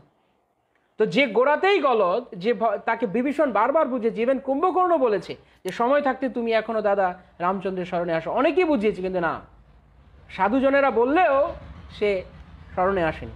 তাই রাবণের যত গুণ থাকুক, হরাভক্তস্য কুত মহৎ গুণা মনোরথে না আসত ধাবত বহি, শ্রীমদ্ ভাগবতে বলা আছে যে হরির ভক্ত নয় তার কি সদ্গুণ থাকতে পারে? সে বড় কবি, সাহিত্যিক, ডাক্তার, ইঞ্জিনিয়ার, হোয়াট এভার, বুদ্ধিজীবী, বৈজ্ঞানিক, এই সমস্ত কিছু ননসেন্স, স্টুপিড, রাস্কেল, প্রভুপাদ বলছে। তাহলে যে যদি তুমি ভগবানের চরণে শরণাগত না হও, কৃষ্ণের আনুগত্য স্বীকার করে না নাও, ভক্তের আনুগত্য স্বীকার করে না নাও, তাহলে তুমি একটা রাস্কেল, আর কিছু না, তোমার কোনো গুণ নেই। তাই রাবণের যত বড় দেশপ্রেম ওই সমস্ত জড়জাগতিক কবি সাহিত্যিকরা দেখাক না কেন, কিন্তু প্রকৃতপক্ষে রাবণের কোনো দেশপ্রেম নেই। এই দেশপ্রেমের কি মূল্য আছে ভগবানকে অস্বীকার করে? তাই এই জন্য অনেকে জড়জাগতিক নীতি আওড়ায়, নীতিবিদ্যা আওড়ায়। অনেকে বলে রাম কিভাবে রাবণকে মেরে দিল, রাবণ নিজের রাজ্যটাকে বাঁচাতে চেয়েছে, তার সমস্ত গণকে, রাক্ষসগণকে বাঁচাতে চেয়েছে, রাক্ষসগণ ভগবত বিদ্রোহী, তাদেরকে নাশ করবে, এটাই ভগবানের বিধান। এখানে রাবণের বা ইন্দ্রজিতের দেশপ্রেমের কোনো মূল্য নেই। কিন্তু কোনো সোকল্ড কবি সাহিত্যিক তারা এগুলোকে খুব বড় করেছে, রাবণের দেশপ্রেম, রাবণের দেশাত্মবোধ। ওই দেশের মাটি, দেশ নিয়ে যারা ভাবে, প্রভুপাদ বলেছেন সয়েব গোখর, শ্রীমদ্ ভাগবতম থেকে বলা হচ্ছে যে ভূমিতে জন্মগ্রহণ করেছে বলে ওই ভূমি তার কাছে ভূমি যোধি, তার কাছে ভূমি পূজনীয়, হ্যাঁ, সে একটা গরু গাধার চেয়ে আর কিছু নয়। কারণ আমি এই ভূমিতে জন্মগ্রহণ করেছি বলে ভূমি পূজ্য না, কৃষ্ণ পূজ্য। ভূমি কখনো পূজ্য হতে পারে না, ভূমি কখনো পূজ্য, কৃষ্ণ পূজ্য, কিন্তু ভূমিকে তারা পূজা করছে। এই দেশে জন্ম আমার, এই দেশেতেই মরি, কি আর সমস্ত কি আছে বলেছে। তো এই দেশে জন্ম বলে বাকি সব দেশ আমার শত্রু। তো এই যে তথাকথিত বিরোধ জাতিতে দেশে দেশে, এটার কারণ কি? এটার মূল কারণ হচ্ছে আমরা আমাদের আত্মচেতনায় নেই, আমরা দেহ চেতনায় রয়েছি। যদি আমরা এটা বুঝতে পারতাম আমরা সবাই আত্মা, আমরা কৃষ্ণের অংশ, তাহলে এই হিন্দু, মুসলমান, ভারত, পাকিস্তান, এই যে আমেরিকা, চায়না, রাশিয়া, এত গন্ডগোল হতো না। তাই প্রভুপাদ তিনি একমাত্র আসল ধর্ম এস্টাবলিশ করে গেছেন, মহাপ্রভুর যে প্রেম ধর্ম, জীব নিত্য কৃষ্ণ দাস, এই একটাই শুধু আমাদের পরিচয়, আমাদের আর কিছু পরিচয় নেই। কে লাল, কে সাদা, কে হলুদ, কে কালো, কে হিন্দু, কে মুসলমান, কে বৌদ্ধ, কে খ্রিস্টান, এগুলো সব বাহ্যিক পরিচয়। মূল পরিচয় হচ্ছে আমরা সকলে কৃষ্ণ দাস। তো এই জন্য তখনই দেশাত্মবোধ আসবে। এটাকে ইংরেজিতে বলে শোভিনিজম, মানে অন্ধ দেশাত্মবোধ, অন্ধ দেশাত্মবোধ। আমার দেশ বড়, আমার দেশ বড়, সব মেরে ফেলো, সব মেরে ফেলো। এরা আবার এরকমই করছে। আবার কোনো বড় বড় রাজনৈতিক নেতারা, ইভেন শুধু রাজনৈতিক নেতা না, ধর্ম নেতাও ভারত মাতার জয়, ভারতের জয়, এসব বলে বলে তারা চিৎকার চেঁচামেচি করেছে, এখনো করছে, আগেও করেছে। তথাকথিত কিছু স্বামীজি তারা রয়েছিল যারা এই সমস্ত করেছে। ভারতের যুবক জেগে ওঠো, ব্রিটিশদের তারাও। ভক্তিনাথ সরস্বতী ঠাকুর প্রভুপাদের কাছে নেতাজি একবার গিয়েছে, নেতাজি সুভাষ বোস, তো গিয়ে বলছে যে আপনি, ওই সময়ের ঘটনা, যে আপনি যে এই যে সমস্ত যুবকগুলোকে, কলকাতা ইউনিভার্সিটি, প্রেসিডেন্সির এই সমস্ত কোয়ালিফাইড ছেলেগুলোকে আপনি যারা পাস করে বেরিয়েছে তাদেরকে আপনি সন্ন্যাসী করে দিচ্ছেন, তা এদেরকে তো আমার দরকার, ব্রিটিশ ছাড় আন্দোলন আমার দরকার। ভক্তিনাথ সরস্বতী ঠাকুর, ঠিক আছে, ভালো কথা, তোমার দরকার, তোমাকে আমি একটা প্রশ্ন করি। নেতাজি সুভাষ বোসকে জিজ্ঞেস করি, সুভাষ, তোমাকে আমি একটা প্রশ্ন করি, তুমি ভারতবর্ষে জন্মগ্রহণ করেছো, তাই তুমি ব্রিটিশ ছাড় বলে চিৎকার করছো, তাই তো? ব্রিটিশ ছাড় আন্দোলন চিৎকার করছো। তুমি হিন্দু, বলছে হ্যাঁ আমি হিন্দু। তুমি জন্মান্তর বিশ্বাস, হ্যাঁ জন্মান্তর বিশ্বাস করি। তুমি যদি কালকে ব্রিটেনে জন্মগ্রহণ করো, তুমি কি ব্রিটিশ ছাড় বলে চিৎকার করবে না ভারতের উপর অত্যাচার করবে? সুভাষ বোস চুপ হয়ে গেছে। তুমি ব্রিটিশ হয়ে যদি জন্মগ্রহণ করো, তুমি ভারতের পক্ষে কথা বলবে না ব্রিটিশদের পক্ষে কথা বলবে? চুপ হয়ে গেছে, একদম মাথা নিচু করে ওখান থেকে চলে গেছে। আর জীবনে কোনোদিন আসেনি সুভাষ বোস। কেন বুঝতে পেরেছে যে ভক্তিবিনোদ ঠাকুর কি মিন করতে চাইছেন। তুমি যে ভারত চাই কেন, কারণ তুমি এখন ভারতের পোশাক ভারতের দেহ পেয়েছো বলে তুমি মনে করছো, কালকে তোমার ব্রিটেনে জন্ম হলে তুমি এই ব্রিটিশ হয়ে তুমি আবার ভারতকে অত্যাচার করবে। তাই এই যে সমস্ত বাহ্যিক পরিচয়, তার মানে এই নয় যে আমরা দেশদ্রোহী, আমরা দেশের বিরুদ্ধে বলছি, তা নয়। এর মানে হচ্ছে এই যে জাতিতে জাতিতে দেশে দেশে ভেদাভেদের মূল কারণ খুঁজে বের করার চেষ্টা করতে হবে। এর কারণ এই নয় যে আমি ভারতের মাটিতে আমার জন্ম হয়েছে বলে আমি ভারতের জয় দিব আর অন্য সমস্ত দেশ গোল্লায় যাক, না। বিশ্ব ভ্রাতৃত্বের বুলি আওড়াচ্ছি, আবার আমরা এক দেশ আরেক দেশের সঙ্গে মারামারি করছি। তার কারণ কি? কারণ এই সমস্ত শূদ্র টাইপের লোকের আজকালকার দিনে রাজার আসনে বসে আছে, তাদের ব্রাহ্মণের চেতনা নেই। শ্রীমদ্ ভাগবত গীতায় ভগবান বলছেন, ব্রাহ্মণ কে? পণ্ডিত কে? বিদ্যা বিনয় সম্পন্নে ব্রাহ্মণে গবি হস্তিনী শুনিচৈব পাকে চ সমদর্শিনা। যে পণ্ডিত, যে প্রকৃত ব্রাহ্মণ, সে সবাইকে সমদৃষ্টি দেয়, সবার ভিতরে কৃষ্ণ রয়েছে, কিন্তু সে সেই দৃষ্টি নেই। তাই সে মনে করছে আমরা ইন্ডিয়া ইজ গ্রেট, আর ইন্ডিয়ারা বলছে যে পাকিস্তান গোল্লায় যাক, পাকিস্তান নিপাত যাক, আর পাকিস্তান বলছে পাকিস্তান জিন্দাবাদ, ইন্ডিয়া গোল্লায় যাক। এই সমস্ত মারামারি কাটাকাটি করি আমরা চলবো, কারণ আমরা নিম্নতর চেতনায় রয়েছি। we have to come above, we have to transcend all these material designations. আমি ভারতীয়, আমি পাকিস্তানি, আমি ইন্ডিয়ান, আমি আমেরিকান, আমি রাশিয়ান, আমি জার্মান, আমি হিন্দু, আমি মুসলমান, আমি বৌদ্ধ, আমি খ্রিস্টান, আমি ছেলে, আমি মেয়ে। প্রভুপাদ বলছে নারী পুরুষও অহংকার করে একজন একজন। আমি নারী, বলছে আমি পুরুষ, আমি কুকুর, আমি বেড়াল। প্রভুপাদ বলছে আমি কুকুর, আমি কুকুর, কুকুর ঘেউ ঘেউ করে, তো বেড়ালকে ঘেউ ঘেউ ঘেউ ঘেউ করে। আর বেড়াল ও কুকুর দেখলে এই যে এরা দেখ আমার শত্রু, সবাই এরকম শত্রু। তো কুকুর বেড়ালের শত্রুতার মনোভাব মানুষের মধ্যে রয়েছে।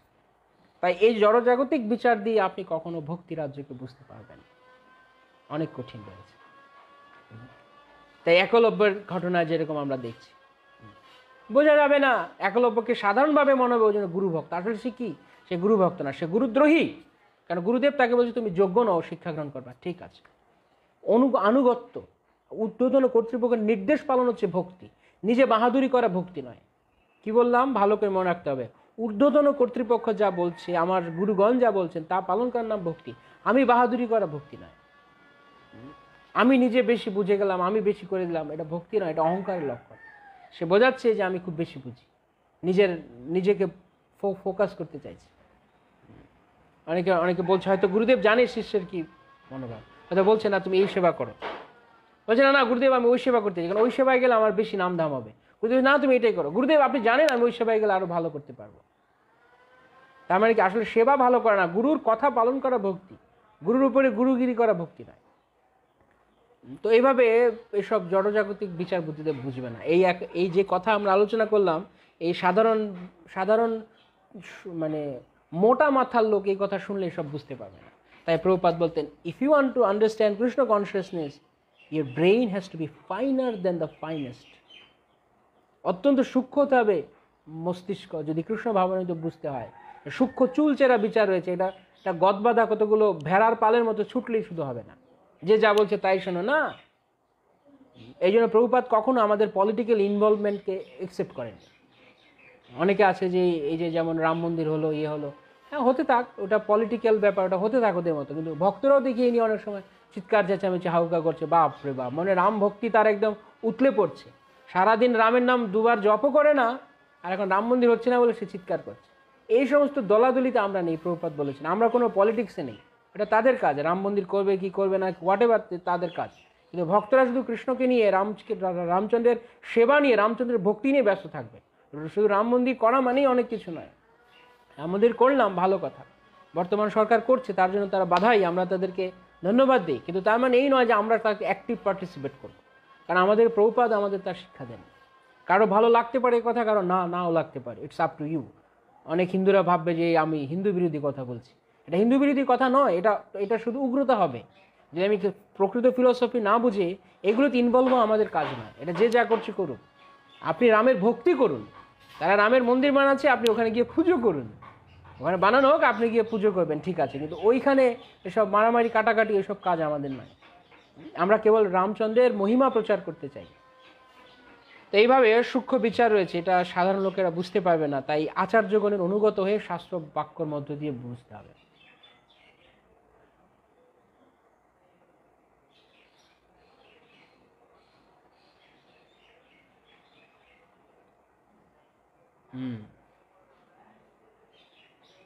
ইয়েস, কারেক্ট, খুব চমৎকার বলেছেন। একলব্যের বৃদ্ধাঙ্গুলি নিয়ে নেওয়ার মাধ্যমে অহংকার ছেদন করার দৃষ্টান্ত দেওয়া হয়েছে, আর ভক্তদের প্রতি প্রতিহিংসা পরায়ণ হয়ে কিছু করা উচিত নয় তা বোঝানো হয়েছে। ঠিক, গুড।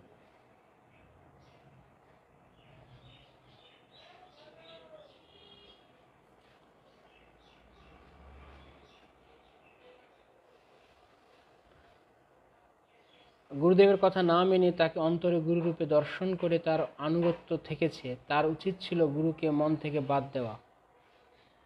যদি গুরুদেব শিষ্য হিসেবে আমাকে গ্রহণ না করে তাহলে আমাকে তা মেনে নিয়ে সেই প্রচেষ্টা ছেড়ে দেওয়া উচিত। এটাই হবে কি?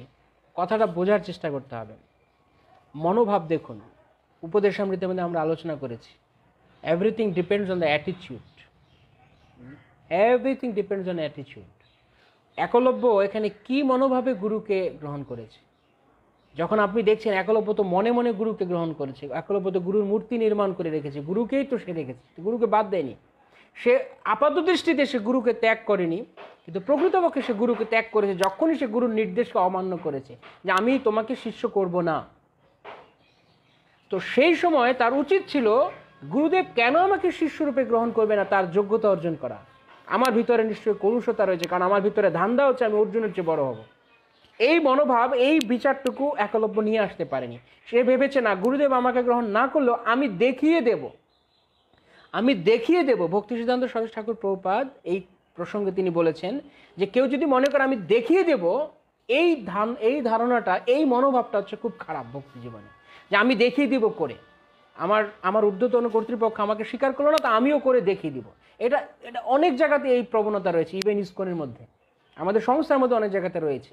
অনেক জুনিয়র ভক্তরা তাদের ঊর্ধ্বতন ভক্তকে কিভাবে তার আসন থেকে শুধু হটিয়ে দিয়ে নিজে বড় জায়গায় যাবে, অনেকে এরকম ভাবছে এবং করেছে অনেক। এবং যারা করেছে তারা বৈষ্ণব অপরাধী, এবং তারা অনেক দূর ভক্তি করলেও একদিন তারা ভক্তিতে দেখবে স্বাদ পাচ্ছে না।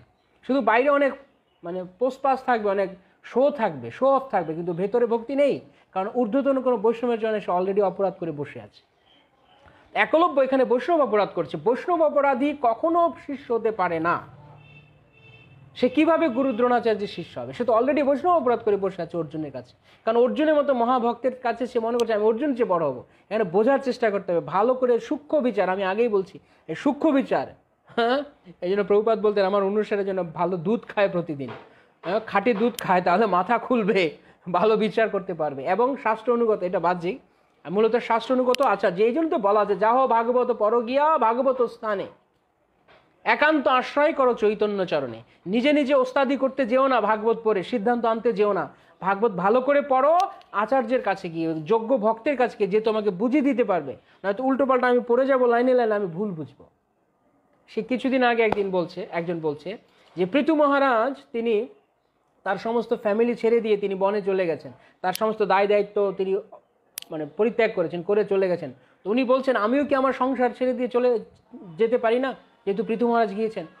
কোথায় পৃথু মহারাজ আর কোথায় আমি? পৃথু মহারাজ কই আর কোথায় আমি? পৃথু মহারাজ উনি একটা সাংসারিক অশান্তিতে আছেন, তাই উনি সংসার ছেড়ে দিয়ে চলে যেতে চাচ্ছেন। তো আমি সাংসারিক অশান্তির কারণে আমি সংসার ছেড়ে দিয়ে চলে যাচ্ছি। আর যেখানে পৃথু মহারাজ, পৃথু মহারাজ হি ওয়াজ ভেরি হ্যাপি। তিনি শশাগরা পৃথিবীর সম্রাট ছিলেন, তার অনুগতা পত্নী অর্চি মহারানী ছিলেন, তার পুত্রেরা তার অনুগত ছিলেন, তার সমস্ত কিছু, তার পুরো রাজ্য, পুরো শশাগরা পৃথিবী তার অনুগত ছিল। প্রত্যেকটি প্রজা পৃথু মহারাজের জয়ধ্বনি করত। সেই অবস্থায় পৃথু মহারাজ রাজ্য ছেড়ে দিয়ে ভগবত ভজন করতে গিয়েছেন। তো এখানে পৃথু মহারাজের সঙ্গে আমার মিলল আমি সংসারে জ্বালায় অতিষ্ঠ, আমি এত কিছু ধৈর্য ধারণ করতে পারবো না, তাই আমি আমার দায়িত্ব থেকে এড়াতে আমি পালিয়ে যাচ্ছি। প্রিম্যাচিউর অবস্থায়, প্রিম্যাচিউর পর্যন্ত, প্রিম্যাচিউর অপরিপক্ক, এখনো পরিপক্ক হয়নি, কিলিয়ে কাঁঠাল পাকানোর মতো অবস্থা। তো কিলিয়ে কখনো ভক্তি জীবনে কাঁঠাল পাকাতে যাবেন না। আমরা যেন কখনো তা না করি যে ইম্যাচিউর, এখনো পাকেনি কাঁঠাল, এঁচড়ে পাকা বলেন, এঁচড়ে পাকা। তো আপনি ওকে কিলিয়ে কাঁঠাল পাকালে ভালো হবে না। লেট ইট গ্রো অর্গ্যানিকলি, সব কিছুকে ন্যাচারালি বড় হতে দিন।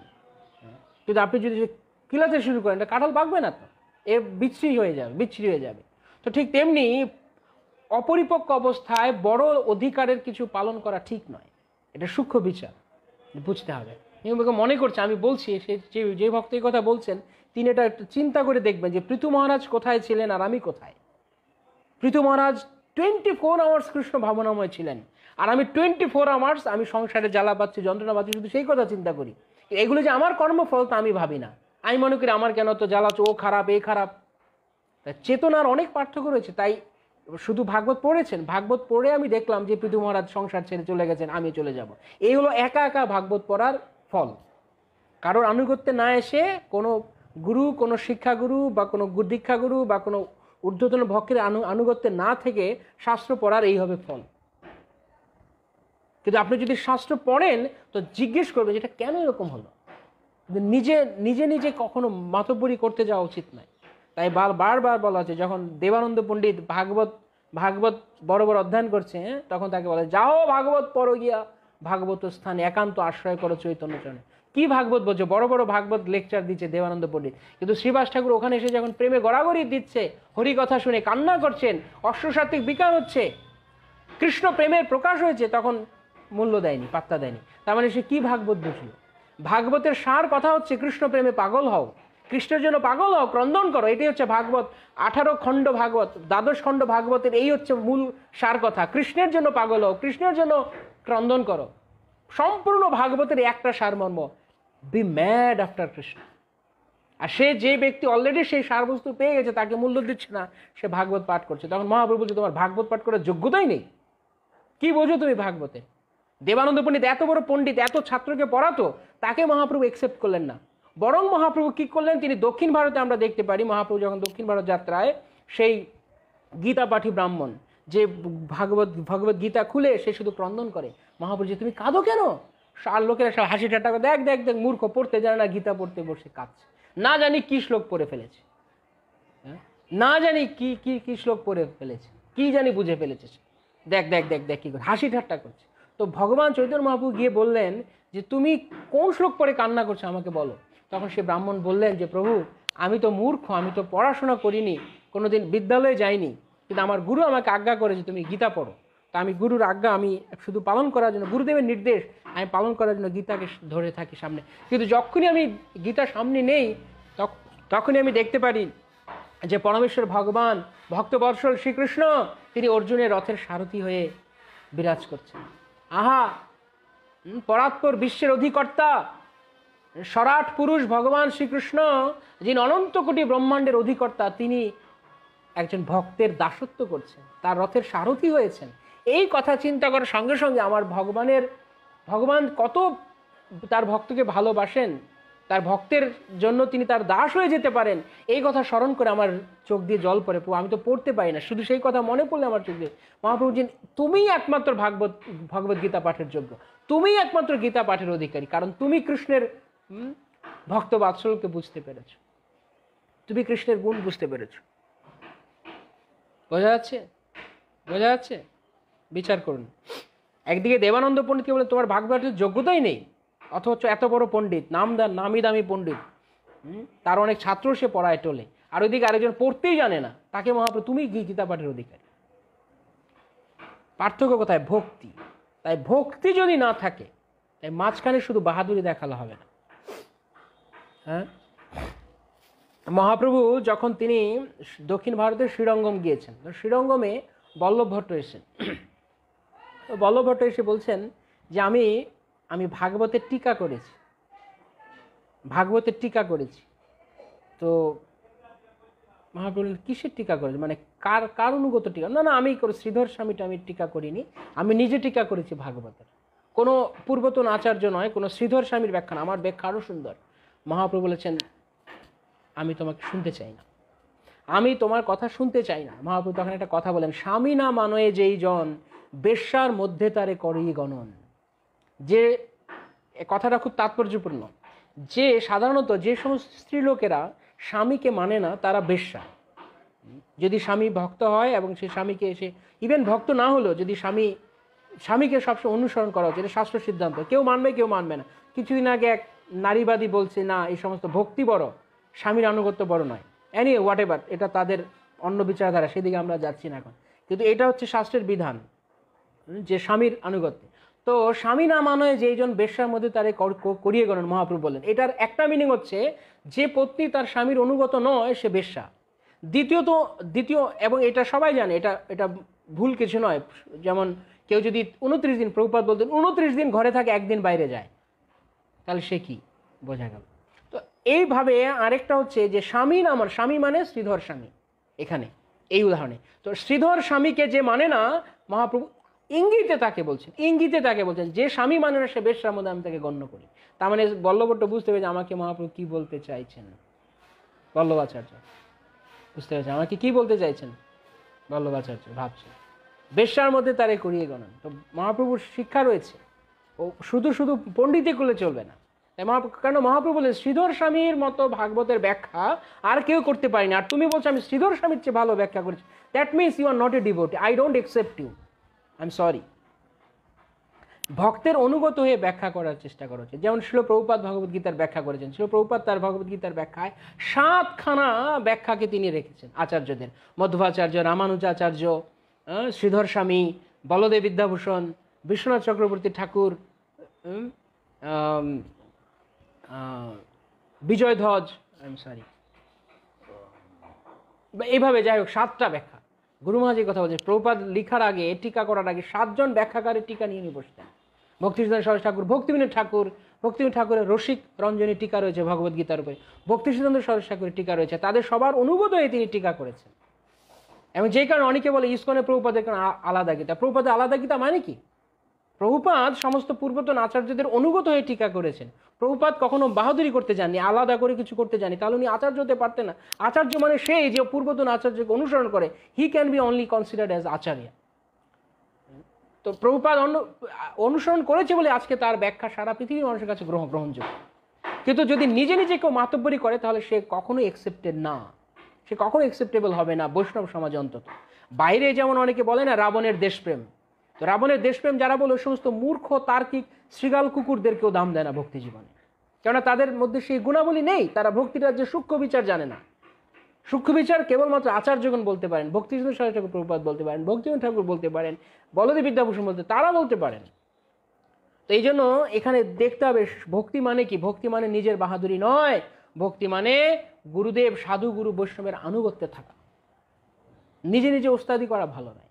আমি ভালো, অনেকে ভাব উঠে যায়, প্রিম্যাচুর, কিলিয়ে কাঁঠাল পাকানো যেটা বলছিলাম, জবরদস্তি। তো ওই ভক্তের অবস্থা হবে সেরকম যে মনে করছে পৃথু মহারাজ চলে গেছে আমিও চলে যাব। তো আপনি শাস্ত্র ব্যাখ্যা বুঝবেন পৃথু মহারাজ কেন গিয়েছেন।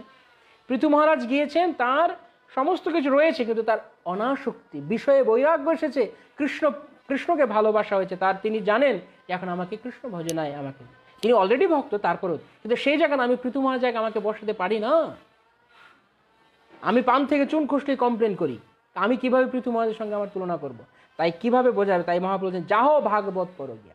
এই শ্রীধর বল্লভাচার্যকে একই কথা তিনি বলছেন, ভাগবত পরগিয়া, ভাগবত স্থানে, তারপরে বুঝবে। তুমি এমনি বুঝবে না, এমনিতে বুঝতে পারবে না। তাই জন্য আমাদের প্রভুপাদের গ্রন্থ পড়ার প্রতিদিনের অভ্যাস করা উচিত। অনেকে শুধু মানে বড় বড় লেকচার দিয়ে যায়, কিন্তু যদি গ্রন্থ পড়া, আশ্চর্যের ব্যাপার। সেদিন একজন শুনছি আমি 22 বছর ধরে ইসকনে আছে, মানে এখনো নাকি একবারও ভগবদ্গীতা পড়েনি। আমি জানি না উনি কিভাবে রয়েছে, 22 বছর ধরে ইসকনে রয়েছে, একবার ভগবদ্গীতা পড়েনি। সে প্রিচিং করে, কিভাবে কেউ প্রিচ করবে? যে কেউ যদি নিজে ভেতরে কিছু না থাকে, রিয়ালাইজেশন, শুধু বুলি আওড়ানো নয়। অনেকে বুলি আওড়াতে পারে, ভালো করে পড়ে নিল, অনেক মুখস্থ বিদ্যা নয়, ভক্তি মুখস্থ বিদ্যা নয়, ভালো করে শ্লোক মুখস্থ করে নিলাম। অনেকে শুধু শ্লোক আওড়াতে থাকে সমানে। শ্লোক আওড়ানো ভালো, প্রভুপাদ বলেছেন ইউ শুড গিভ শাস্ত্রিক রেফারেন্স, কিন্তু বাট উইথ রিয়েলাইজেশন তোমার উপলব্ধিও থাকতে হবে, শুধুমাত্র তোতা পাখির মতো বুলি আওড়ানো নয়। তো অনেকে হয়তো এরকম বলছে, আবার অনেকে বইও পড়ছে না, কিন্তু অনেক প্রিচিং করছে। তুমি কটা বই পড়েছ? আমার বই পড়ার সময় নেই প্রভু, আমি বই পড়তে পারি। যে প্রভুপাদের গ্রন্থ পড়ে না সে কোনো প্রচার করার প্রথম যোগ্যতাই তার নেই। বুকস আর দ্য বেসিস, আর সে যাচ্ছে প্রিচিং ইজ দ্য এসেন্স করতে। প্রিচিং ইজ দ্য এসেন্স হচ্ছে লাস্ট। যেমন একটা নারকেল গাছের এসেন্স কি, সার কি? নারকেল, ডাব। তো ডাবের জল কি আপনি হুট করে পাবেন? ডাবের জল হুট করে পাওয়া যাবে না, নারকেল গাছটা বুনতে হবে, সেটাকে বপন করতে হবে, জল দিতে হবে, যত্ন করতে হবে, গাছটা বড় হবে, আস্তে আস্তে আস্তে অনেক বড় হয়ে তারপরে তাকে নারকেল ধরবে। তো সেই নারকেলের জলটা হচ্ছে পুরো গাছের স্বাদ। এত বড় গাছ দিয়ে কোনো কাজ নেই যদি তাতে ডাব না হয়, রাইট? তো এই এত কিছু সার বস্তু হচ্ছে নারকেল, কিন্তু সেই নারকেলটা আসবে কোত্থেকে? গোড়ায় আগে জল দিতে হবে, আগে গোড়াকে যত্ন করতে হবে। তো আমরা যদি প্রভুপাদের গ্রন্থ অধ্যয়ন না করি নিয়মিত, এবং কোনো কোনো শুদ্ধ ভক্তের অধীনে, কোনো বিজ্ঞ ভক্তের অধীনে, কোনো সিরিয়াস ভক্তের অধীনে যদি আমরা তা না অধ্যয়ন করি, আমরা যদি চুলচেরাভাবে, প্রভুপাদ বলছেন ইউ শুড রিড মাই বুক স্ক্রুটিনাইজিংলি, পেনিট্রেটিংলি, শুধুমাত্র ভাষা পড়ে যাওয়া নয়। আর ভাষা পড়েই সব পণ্ডিতি করে, আর যত সব প্রভুপাদ বলতেন big big monkey big big বেলি, আর কিছু জানে না। Jump from one tree to another tree, এই শুধু করছে, একটু বড় বড় ভক্তের ভাব দেখাচ্ছে। কিন্তু প্রভুপাদের গ্রন্থ অধ্যয়ন করার কোনো চর্চা নেই। ডেইলি মিনিমাম 2 ঘন্টা প্রভুপাদের গ্রন্থ অধ্যয়ন করা, যদি না পারে অন্তত 1 ঘন্টা, অন্তত আধা ঘন্টা। না কবে পড়েছি। যেমন গুরু মহারাজ বলেন যে দীক্ষার আগে তোমাকে কমপক্ষে 2 বার ভগবদ্গীতা পড়তে হবে। ভাগবত প্রথম স্কন্ধ 1 বার, এসব গ্রন্থ পড়বো না, আগে আমি দীক্ষা চাই বলে আমি চিৎকার চেঁচামেচি করি, আমার দীক্ষা না, তুমি এই বইটা পড়োনি, এই বইটা পড়ে আসো। আমরা দেখি, আমার ব্যক্তিগত অভিজ্ঞতা থেকে বলছি, যখন আমি ভক্তদের ইন্টারভিউ নেই, বলছি আমি বই পড়িনি, কিন্তু আমাকে দীক্ষা দিয়ে দেন, আমি পরে পড়ে নেব। কোথাও শুনেছেন এরকম? কোথাও শুনেছেন আপনারা যে চাকরির কোয়ালিফিকেশানে চাওয়া হচ্ছে তোমাকে মাস্টার্স পাস হতে হবে? আপনি গিয়ে বলেন আমি অনার্স পড়েছি, মাস্টার্স ভর্তি হয়েছি, আপনি নিয়ে নেন, আমি পাশাপাশি চাকরিটা করে আমি পড়াশোনাটা শেষ করে নেব। কেউ দেয় এরকম চাকরি? শুনেছেন? যে যোগ্যতা চায় সে বলছে আমার এই যোগ্যতা নেই, চাকরি দিয়ে দেন, আমি যোগ্যতা অর্জন করে নেব। দেয় কেউ? ওখানে গিয়ে আমরা সবাই, গুরুর কাছে গিয়ে আমরা সবাই কান্নাকাটি করছি। তখন গুরু ভক্তি, এই যে একলব্যের গুরু ভক্তির মতো, একদম একলব্যের গুরু ভক্তির মতো। একলব্য যেরকম মেকি গুরু ভক্তি দেখিয়েছে, এই মেকি গুরু ভক্তি, কান্নাকাটি, গুরুদেব আমাকে দীক্ষা দিয়ে দিন। গুরুর প্রথম নির্দেশ হচ্ছে তুমি এই গ্রন্থগুলো পড়ো, তারপর দীক্ষা নিবে। আমার গ্রন্থ পড়া হয়নি, গুরু মহারাজ আমি পড়ে নেব। ইভেন অনেক সিনিয়র ভক্তরা এরকম রিকোয়েস্ট করে। আশ্চর্য ব্যাপার। On what basis we can tell them senior? I don't know, I have no idea. Senior মানে যে কৃষ্ণ ভাবনামৃত অগ্রগতি সাধন করেছে, যে ভগবত ভক্তিতে যার উপলব্ধি রয়েছে, তিনি সিনিয়র। কিন্তু আমাদের অনেক ধরনের সিনিয়র রয়েছে এনিওয়ে। তো তারাও অনুরোধ করছে দীক্ষা দিয়ে। না, গুরুদেব বলেছেন আমি দীক্ষার আগে 10 বার ভগবদ্গীতা পড়েছি, প্রভুপাদ আমাকে 10 বার পড়িয়েছেন ভগবদ্গীতা, আর আমি আমার শিষ্যদেরকে মাত্র 2 বার পড়তে বলি, তাই তারা পড়ে না। আর আমি এদিকে বলছি আমি বড় প্রচার করি, আমি 50খানা ভক্তির উৎস খুলেছি, 100খানা নামট্য খুলেছি, আমি অমুক, আমি তমুক, ABCD XYZ, কত পোস্ট পজিশন বেরিয়ে গেছে আজকাল সংস্থার মধ্যে। কিন্তু আমি যদি গুরুর আদেশ, প্রথম প্রাইমারি আদেশ যে তুমি গ্রন্থ পড়ো, এই 5টা বই পড়ো দীক্ষার আগে, তাই না পড়ি, তাহলে আমি কিভাবে আমি দীক্ষার যোগ্য হব? কিন্তু সেখানে গিয়ে কান্নাকাটি করবো, গুরুদেব আমাকে দীক্ষা দিন, আপনি দীক্ষা দিন, আমি সব পড়ে নেব। গুরু মহারাজ একদম পারফেক্টলি বলেছেন যে 12 বছরে ভাগবত পড়েনি, এখন বলছে আমি 2 মাসে ভাগবত পড়ে নেব, প্রমিস করছে আমাকে দীক্ষা দিয়ে দিন, আমি 2 মাসে ভাগবত পড়ে নেব। এরকম করবেন না দয়া করে। যারা নিয়মিত আমাদের সঙ্গে ক্লাসে থাকছেন, কথা শুনছেন, আমি অনুরোধ করব আপনাদের কাছে হাত জোর করে যে আপনারা যারা এখনো দীক্ষা নেননি, আপনারা কখনো প্রিম্যাচুরলি দীক্ষার জন্য অ্যাপ্লাই করবেন না। সমস্ত কোয়ালিফিকেশন অর্জন করুন। অ্যাটলিস্ট কোনো যোগ্যতা আমাদের নেই, যোগ্যতা বিচারে কিছু নাই পাই, কিন্তু অ্যাটলিস্ট গুরুদেব যেগুলো করতে বলেছেন অন্তত তা আদেশটা তো পালন করব। বই সব পড়া কমপ্লিট করুন, সমস্ত কিছু রেডি করুন, তারপর দীক্ষার জন্য অ্যাপ্লাই করুন যারা এখনও দীক্ষা নেননি। আর যারা দীক্ষা নিয়েই ফেলেছেন, যারা অলরেডি কাজ হয়েই গেছে, আমার তো দীক্ষা হয়ে গেছে, কত দূর পড়েছে বই, ওই বইটাই আমার পড়তে হয় না, আমার এমনি দীক্ষা হয়ে গেছে। ওই জানবেন যারা ভেতরে ফোকলা নিয়ে ভক্তি জীবন আচরণ করছে, ওই ফোকলাই থাকবে সারা জীবন, ফোকলাই থাকবে, ভেতরে একটা গর্ত থেকেই যাবে। কখনোই ভক্তিতে জাম্প করতে নেই, এই কথাটা আমি প্রায়ই বলি যে কখনো জাম্প করার চেষ্টা করবেন না। যেমন ভক্তির সরস্বতী প্রবাদ বলতে, ঘোড়া ডিঙে ঘাস খাওয়ার চেষ্টা করো না। একটা করে ধাপ ভক্তি জীবনে ধীরে ধীরে অগ্রগতি হতে হয়। কেন কি, আমি যদি আজকে একটা স্টেজ আমি অতিক্রম করে না যাই ভক্তি জীবনে, তাহলে এই স্টেজে যে কি পরিমাণ বিপদ রয়েছে, কি এক্সপেরিমেন্সটা রয়েছে, সেটা আমি পরবর্তী ধাপে গেলে এটা বুঝতে পারবো না। তাই সিঁড়ি একটা করে মারিয়ে ভক্তি জীবনে যাওয়া উচিত। ধীরে ধীরে, slow but steady wins the race, Bhaktijivan Saraswati Thakur Prabhupada বলেছে। তুমি ধীরে চলো কিন্তু গতি রাখো, এগিয়ে যাও ভক্তি জীবনে। কিন্তু হুর করে একদম আমি একেবারে সঙ্গে সঙ্গে ব্রাহ্মণ দীক্ষা চাই, এরকম অনেকে আছে, ব্রাহ্মণ দীক্ষা চাই।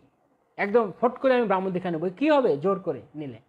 অনেক জায়গাতে একদিন একজন আমার কেউ হয়তো ব্রাহ্মণ দীক্ষার জন্য অ্যাপ্লাই করছে, কেউ বলছে আপনি এখন ব্রাহ্মণ দীক্ষার যোগ্য না। হ্যাঁ আমি যোগ্য না, রেগে মেগে একদম পেপার ছুঁড়ে ফেলে দিয়ে লাগবে না আমার ব্রাহ্মণ দীক্ষা, আমার লাগবে না, আমি কোনো না কোনোভাবে অন্য কোনো অথরিটির মাধ্যমে আমি নিয়ে ছাড়বো ব্রাহ্মণ দীক্ষা। This is called stupidity. এগুলো হচ্ছে অনধিকার চর্চা, যেটা একলব্য করেছিল। যখন ঊর্ধ্বতন কর্তৃপক্ষ বলছে তুমি এখনো দীক্ষার যোগ্য নও, তোমাকে আরো প্রিপারেশন নিতে হবে, আমি অন্য অথরিটি ধরে আমি নিয়ে নিব। এগুলো বুঝতে পারছেন কি? এটা বাইপাস করছে। সে নিজের অযোগ্যতাকে স্বীকার না করে সে মনে করছে আমি অন্য অথরিটি। এইভাবে অনেকে নিয়েছে, নেয়ও। যারা নেয় তারা কোনোদিনও ভক্তি জীবনে অপরাধ যে জায়গায় করে রেখেছে ওখান থেকে ক্ষমা পাবেও না, আর তারা কোনোদিন অগ্রগতি সাধন করে। যতই বাইরে দিয়ে হয়তো অন্য কোনো অথরিটির মাধ্যমে দীক্ষা হয়েই গেলো, হয়তো গায়ে পৈতা ঝুলিয়েও দিল, কিন্তু ভেতরে কিছু থাকবে না তার। তাই ধীরে ধীরে ধাপে ধাপে যেতে হবে ভক্তি জীবনে। বড়রা যা বলেন তা শুনতে হবে, কারণ বড়দের অভিজ্ঞতা রয়েছে ভক্তি জীবনে। অ্যাটলিস্ট যারা ভক্তি জীবনে সিরিয়াসলি প্র্যাকটিস করেছেন, অনেকে আছে শুধু চুল পাকা বড়, ওই রকম নয়। সত্যিকার যারা মনে করছে আমার এখন যোগ্যতা নেই। আমি নিজে একটা ভক্তকে একদিন পরীক্ষা নিয়েছি কিছুদিন আগে গুরু মহারাজের অফিসে। তো সে বলছে সে ভালো অ্যান্সার করতে পারেনি, কিছু জানে না ঠিক। আমি বললাম আপনি ওয়েট করতে হবে। তো সে বলছে যে সে খাতাটা আমার হাত থেকে নিয়ে নিয়েছে। আমি একটু আগে যার উদাহরণ দিলাম সে নয়, সে আরেকটা লোক খাতাটা আমার হাত থেকে নিয়ে বলছে আমার লাগবে না, আমি দেখছি অন্য কোনোভাবে ব্রাহ্মণ দীক্ষা পাওয়া যায় কিনা। তা ব্রাহ্মণের কোয়ালিফিকেশন কি আপনারা তো জানেন। ব্রাহ্মণের গুণাবলী কি? সম দম তপ শৌচক শান্তি আর্জবম জ্ঞান বিজ্ঞানম আস্তিক্যম। হ্যাঁ, ব্রাহ্মণের একটা গুণ হচ্ছে সরলতা। ব্রাহ্মণের সর্বপ্রধান গুণ সরলতা, সর্বপ্রধান। বাকি 9টা গুণের সর্বপ্রধান গুণ সরলতা। সরল মানে নিজেকে স্বীকার করে নেবে যা ফ্যাক্ট, কিন্তু সে জানে আমি যোগ্য নই, তারপরে সে জবরদস্তি করছে দীক্ষা পাওয়ার জন্য। সহিষ্ণুতা ব্রাহ্মণের গুণ। এগুলো নেই, তাও অধৈর্য। সে সেই কথাটা তার বুকে বিচ্ছে, সে স্বীকার করতে পারছে না যে আমি যোগ্য নই।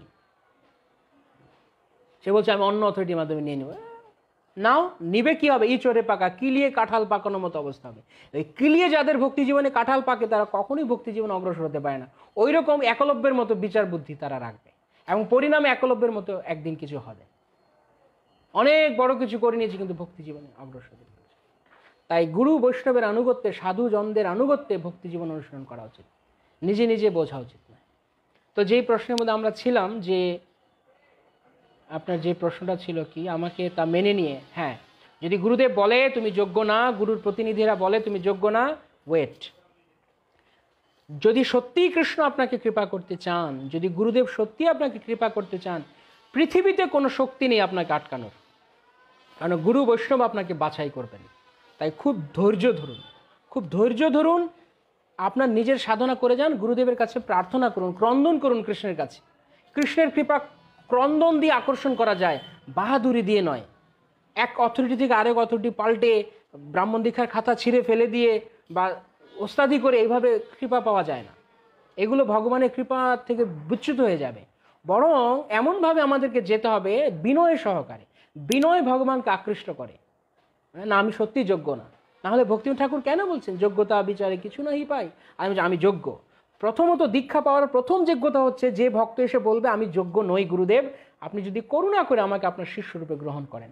আমার শিষ্য হওয়ার কোনো যোগ্যতা নেই, কিন্তু আমি অধপতিত আত্মা, আমি এই জড়জগতের বন্ধন থেকে মুক্ততে দীক্ষার প্রথম যোগ্যতা তা দেখিয়েছেন ছিল ভক্তি সিদ্ধান্ত সরস্বতী ঠাকুর, বিমলা প্রসাদ, হ্যাঁ, গৌরকৃষ্ণ দাস বাবাজি মহারাজের কাছে। গৌরকৃষ্ণ দাস বাবাজি মহারাজ, আমি তোমাকে দীক্ষা দেবো না, তোমাকে দীক্ষা দেওয়ার আমি যোগ্য না, কারণ তুমি বড় পণ্ডিত আর আমি তো মূর্খ। বিমলা প্রসাদ, আমি তোমাকে কি দীক্ষা দেব? তুমি সারা ভারত তোমাকে জানে তুমি শ্রেষ্ঠ পণ্ডিত, আমি তোমার দীক্ষা দেওয়ার কে? কিন্তু ভক্তি সিদ্ধান্ত সরস্বতী ঠাকুর বুঝতে পারলেন আসলে গৌরকৃষ্ণ দাস বাবাজি মহারাজের মনোবিলাস, তার মনের মধ্যে কি চলছে। তিনি ভাবছেন যে বিমলা প্রসাদের অহংকার থাকতে পারে, আমি দেখতে চাই ও কি আসলে অহংকারী নাকি ও আসলে ভক্তি করতে চায়। তাই পরদিন বিমলা প্রসাদ যখন এলেন ভক্তি সরস্বতী ঠাকুর, তখন তিনি কাঁদতে শুরু করলেন, গুরুদেব আমার অনেক জ্ঞান রয়েছে, অনেক বিদ্যা রয়েছে, অনেক কিছু রয়েছে, আমি জানি, সেই জন্যই আপনি আমাকে ছলনা করছেন। আপনি তো পরম ছলনাময়, পরম প্রতারক কৃষ্ণের ভক্ত। এটাকে বলে ব্যাজস্তুতি, অর্থাৎ শুনে মনে হচ্ছে নিন্দা, আসলে তার স্তুতি। পরম ছলনাময় কৃষ্ণ, কারণ কৃষ্ণ ছলনা করেন। পথি গেহহীনম করতে ভিক্ষুম পথি গেহহীনম কৃষ্ণ। তো আপনি শুধু পরম ছলনাময়ের ভক্ত, তাই আপনি আমাকে ছলনা করছেন, কিন্তু আমি আপনার করুণা চাই। আমার এত যোগ্যতা রয়েছে জড়জাগতিক, কিন্তু গুরুদেব আপনার কৃপা ছাড়া, আপনার কাছ থেকে কৃষ্ণ প্রেম ছাড়া আমার এই সমস্ত জড়জাগতিক যোগ্যতা আমার কাছে সমুদ্রের জলের মতো। এই কথা বলে তিনি কাঁদতে শুরু করেছেন, তিনি হাউমাউ করে কান্না করতে শুরু করেছেন। গুরুদেব, আমার কোনো জড়জাগতিক যোগ্যতার কোনো মূল্য নেই, আমার জড়বিদ্যার কোনো মূল্য নেই, আমি বড় পণ্ডিত নামের কোনো মূল্য নেই, আমি বড় জ্যোতির্বিদ, আমি বড় জ্যোতিষী, আমি ভালো ম্যাথমেটিক্স জানি, আমি ফিজিক্স জানি, অনেক কিছু জানতেন ভক্তি বিশ্বনাথ ঠাকুর, কিন্তু তিনি বলছেন এগুলো কোনো মূল্য নেই গুরুদেব আপনার কৃপা ছাড়া। এই হচ্ছে দীক্ষা গ্রহণ করার ফার্স্ট অ্যান্ড ফরমোস্ট কোয়ালিটি, যে গুরুর করুণা, যে গুরু করুণা করে আমাকে কৃষ্ণ দান করবে, আমি কৃষ্ণকে ভালোবাসবো, এই চিন্তা যার নেই, এটা হচ্ছে প্রথম। এই কোয়ালিফিকেশন বাকি অন্যান্য কিছু না পারলেও গুরুদেব হৃদয়কে গলিয়ে দিবে, যে সে কৃষ্ণ পাওয়ার জন্য সে আকুল। দীক্ষা মানে কৃষ্ণ পেতে ব্যাকুল, এটা হচ্ছে দীক্ষার প্রথম যোগ্যতা, যে আমি কৃষ্ণকে চাই, আমি জড়জাগতিক বন্ধন থেকে মুক্ত, আমি ভগবানকে চাই। না, আমি দীক্ষা হবে না, আমার একটা নেম ট্যাগ থাকবে না, আমি ইস্কন, হরে কৃষ্ণ, আমাকে চেনো, আমি অমুক গুরুর শিষ্য, নামের পিছনে গুরুদেবের নামের অক্ষর সংক্ষিপ্ত করে দিয়ে দিচ্ছি, ফেসবুক এখানে ওখানে টুইটার বিভিন্ন অ্যাকাউন্টে আমি অমুক গুরুর শিষ্য। এইসব দিয়ে কাজ চলবে না, এসব করে কাজ চলবে না, ভক্তি লাগবে। তাই গুরুদেব দেখবেন এ কৃষ্ণ পেতে কাঙাল কিনা। আমি তো কাঙাল কৃষ্ণ কৃষ্ণ বলি, ধাই তব পাছে পাছে। এই হচ্ছে প্রকৃত যোগ্যতা শিষ্য হবার। গুরুদেব, আমি আপনার পেছন পেছন ছুটছি, আমাকে কৃষ্ণ দিন। এখানে একলব্য কৃষ্ণ পেতে করেননি, একলব্য গিয়েছেন এখানে আমি অর্জুনের চেয়ে বড় হব, আমি অমুক ভক্তের চেয়ে বড় হব, অমুক আমার সিনিয়র অথরিটি, আমি সিনিয়র টিনিয়র মানি না, আমি বড় অথরিটি, ব্যাস। আমি শিক্ষাগুরু মানি না, আমি কিছু মানি না, আমি বড়। ও পতন হবে একদিন না একদিন, হয়তো চলতে থাকবে ভক্তি জীবনে, বোঝা তো যায় না অনেককে, তাই না? ভক্তি জীবনে অনেকে বোঝা যায় না, তো বড় চলছে অনেকদিন, কিন্তু কোন দিকে যে তার অধপতন হচ্ছে সে নিজেও জানবে না। যেমন ডায়াবেটিস বা সুগার, এই সমস্ত রোগ একদিনে হয় না, বহুদিন ধরে অনিয়ম করতে করতে হয়, বোঝা যাবে না। তো ভেতরে ভেতরে ক্ষয় হতে থাকবে ভেতরে ভেতরে ভক্তি, সে বুঝতে পারবে না ভক্তি লতা কোথায় শুকিয়ে যাচ্ছে। যে ভক্তিতে বাড়বে সে দিব্য আনন্দ পাবে, সে কেবল কৃষ্ণকে ভালো লাগবে, কিছু ভালো লাগবে না, তখন বোঝা যাবে ভক্তি হচ্ছে। তো এইভাবে অনেক বিচার হয়েছে। তো যাই হোক, যেমন নরোত্তম দাস ঠাকুর লোকনাথ গোস্বামীর কাছে দীক্ষা দেবেন না বলে উনি কী করলেন? লোকনাথ গোস্বামী বললেন আমি দীক্ষা দেওয়ার যোগ্য নই, আমি দীক্ষা দেবো না, আমি নিজে আজও শিষ্য হতে পাইনি। তখন নরোত্তম দাস ঠাকুর মহাশয় কী করলেন? তিনি গুরুদেবের মলমূত্র পরিষ্কার করছেন, ঝাঁটা বুকে বাড়ি দিয়ে তিনি ক্রন্দন করছেন, গুরুদেব, হা লোকনাথ, হা প্রভু লোকনাথ, দয়া করে আমাকে কৃষ্ণ দাও, বা ক্রন্দন করছেন ভোরবেলা অন্ধকারে। দূর থেকে সেই দৃশ্য দেখে লোকনাথ গোস্বামীর হৃদয় গলে গেছে। তো গুরুদেবের হৃদয় গলাতে হবে, অহংকার দিয়ে নয়, বাড়াবাড়ি করে নয়, ওস্তাদি করে নয়, বিনয়ের দ্বারা। গুরুদেব, আমি কৃষ্ণ পেতে কাঙাল। তখন এটা হচ্ছে দীক্ষার প্রথম যোগ্যতা, যে ভক্ত মনে করে আমার কোনো যোগ্যতা নেই। আর শুধু লিপ সার্ভিসটা মুখ দিয়ে নয়, অন্তর থেকে বোঝা আমি যোগ্য নই, আমাকে করুণা করে গুরুদেব গ্রহণ করেছেন। কি হতো যদি আমাদেরকে গুরুদেব গ্রহণ না করতেন? কোন অন্ধকারে তলিয়ে থাকতাম আমরা, কত দুঃখ আমরা পেতাম আমাদের জীবনে। কিন্তু শ্রী গুরুদেব করুণা সিন্ধু, তিনি আমাদেরকে উদ্ধার করলেন, আমাদেরকে তিনি কৃষ্ণ ভক্তি করার সুযোগ দিলেন। সেই সুযোগও আমরা অবহেলা করছি। তাহলে আমাকে সুযোগ দিয়েও বা কী লাভ হলো? কিসের কাজ হলো আমাকে? আমি তো তার সদ্ব্যবহার করলাম না। তাই বড় বড় বাহাদুরি দেখিয়ে লাভ নেই। তাই ভেতর থেকে যখন আমরা কৃষ্ণকে ভালোবাসার জন্য উদগ্র আকাঙ্ক্ষা করব, তীব্র আকাঙ্ক্ষা হবে কৃষ্ণকে ভালোবাসার, that's the only qualification, exact qualification to get initiation, to get initiated. Otherwise আমি অন্যান্য কিছু যোগ্যতা থাকলেও সেগুলো বাহ্যিক। তাই সেগুলো পালন করতে গেলে গুরুর প্রথম আদেশ, এই গ্রন্থগুলো পড়ো, এই নিয়মগুলো পালন করো, না আমি এগুলো করবো না, আমাকে দীক্ষা দিতে হবে। গুরুদেব আপনি দীক্ষা দিয়ে দিন, আমি পরে পড়ে নেব। আপনি চাকরি দিয়ে দিন, আমি পরে মাস্টার্স করে নেব। চাকরিতে লেখাই আছে আগে মাস্টার্স কমপ্লিট করো তারপর চাকরি, না আপনি চাকরি দিন আমি মাস্টার্স করবো। এইরকম জোর জবরদস্তি ভালো নয়। তাই এই ইঁচড়ে পাকা বৈরাগী ভক্তি বিনোদ ঠাকুর যেমন বলছে, ঘর ছাড়লে পরে তারে ইঁচড়ে পাকা বৈরাগী কয়। যার ভেতরে এখনো কৃষ্ণ জন্য পাগলামি হয়নি, সে অযথা ঘর ছাড় ইঁচড়ে পাকা বৈরাগী, দুদিন পর আবার ফিরবে, এবং ফিরবে একদম জঘন্যভাবে ফিরবে, অধপতন হয়ে ফিরবে। এই জন্য অনেক সময় অনেকে দেখা যায় যে অনেকে অযথা বিভিন্ন আশ্রম গ্রহণ করে, কিন্তু কিছুদিন পর আশ্রমের কিরে কালার চেঞ্জ হয়ে গেলো। কী ব্যাপার? কারণ আসলে আশ্রমের যোগ্য নয়। কেউ আছে ম্যাচুরলি সিদ্ধান্ত নিয়ে আশ্রম চেঞ্জ করছে, কিন্তু হুটহাট করে এই জন্য কোনো একটা রং করে নিলাম। রং করাটা বড় বিষয় না, রং করতে বেশিক্ষণ লাগে না, 2 মিনিট লাগে। বালতিতে রং নেবেন, রং গুলবেন, জল কাপড় ভিজিয়ে দেবেন, রং হয়ে যাবে। কিন্তু দেখতে হবে আমি কতদূর এই রংকে কন্টিনিউ করতে পারবো। আমার ভেতরে রংটা বড় কথা, বাইরে কি রং আছে। বেলুন সাদা হলে উড়ে, বেলুন লাল হলে উড়ে, এমন নয় যে শুধু লাল বেলুন ওড়ে। যার ভক্তি রয়েছে ভিতরে গ্যাস থাকতে হবে, তাহলে বেলুন উড়বে। যার ভক্তি রয়েছে সে ভক্তির জীবন এমনিতে এগিয়ে যাবে। সাদা, লাল, নীল, হলুদ, কালো, বেগুনি এসব পার্থক্য নয়। কিন্তু আমরা এইসব মনে করি যে বড় ভক্ত মানে তাকে শুধু লাল হতে হবে। না, গৃহে থাকো, বনে থাকো, সদা হরি বলে ডাকো। গুরু মহারাজ প্রতিদিন ক্লাসে এই কথা বলছেন যে গৃহস্থ হও, ব্রহ্মচারী হও, বানপ্রস্থ, সন্ন্যাসী হও, দ্যাট ডাজন্ট ম্যাটার, কেবল কৃষ্ণ সেবা করে যাও। তুমি যে আশ্রমেই থাকো না কেন, আমাদের আচার্যগণ সেই শিক্ষা দিয়েছে। শিল প্রভুপাদ সন্ন্যাসী হয়ে সারা জগৎ জুড়ে প্রচার করেছেন, কিন্তু প্রভুপাদ যখন গৃহস্থ আশ্রমে ছিলেন তখনও প্রভুপাদ শুদ্ধ ভক্তি অনুসরণ করেছেন, তখনও প্রভুপাদ আদর্শ ছিলেন। গৌড়ীয় মঠে গেলে প্রভুপাদকে ক্লাস দিতে দিত, প্রভুপাদকে ক্লাসের জন্য ব্যাসাসন দিত। অথচ সেখানে ভক্তি প্রদীপ তীর্থ মহারাজ, আরও বড় বড় মহারাজেরা তখন ছিল, কিন্তু প্রভুপাদ গেলে প্রভুপাদ ক্লাস দিতে দিতেন। যদিও প্রভুপাদ তখন অভয়বাবু, গৃহস্থ। বিশেষ করে ভক্তি প্রদীপ তীর্থ মহারাজ বলতেন না না, ওনাকে আমাদের গুরু মহারাজ পছন্দ করেন, গুরু মহারাজ ওনাকে ভালোবাসেন, তার মানে উনি নিশ্চয়ই যোগ্য ব্যক্তি, ওনাকে তোমরা ক্লাসে দেবে যখন মন্দিরে আসবে।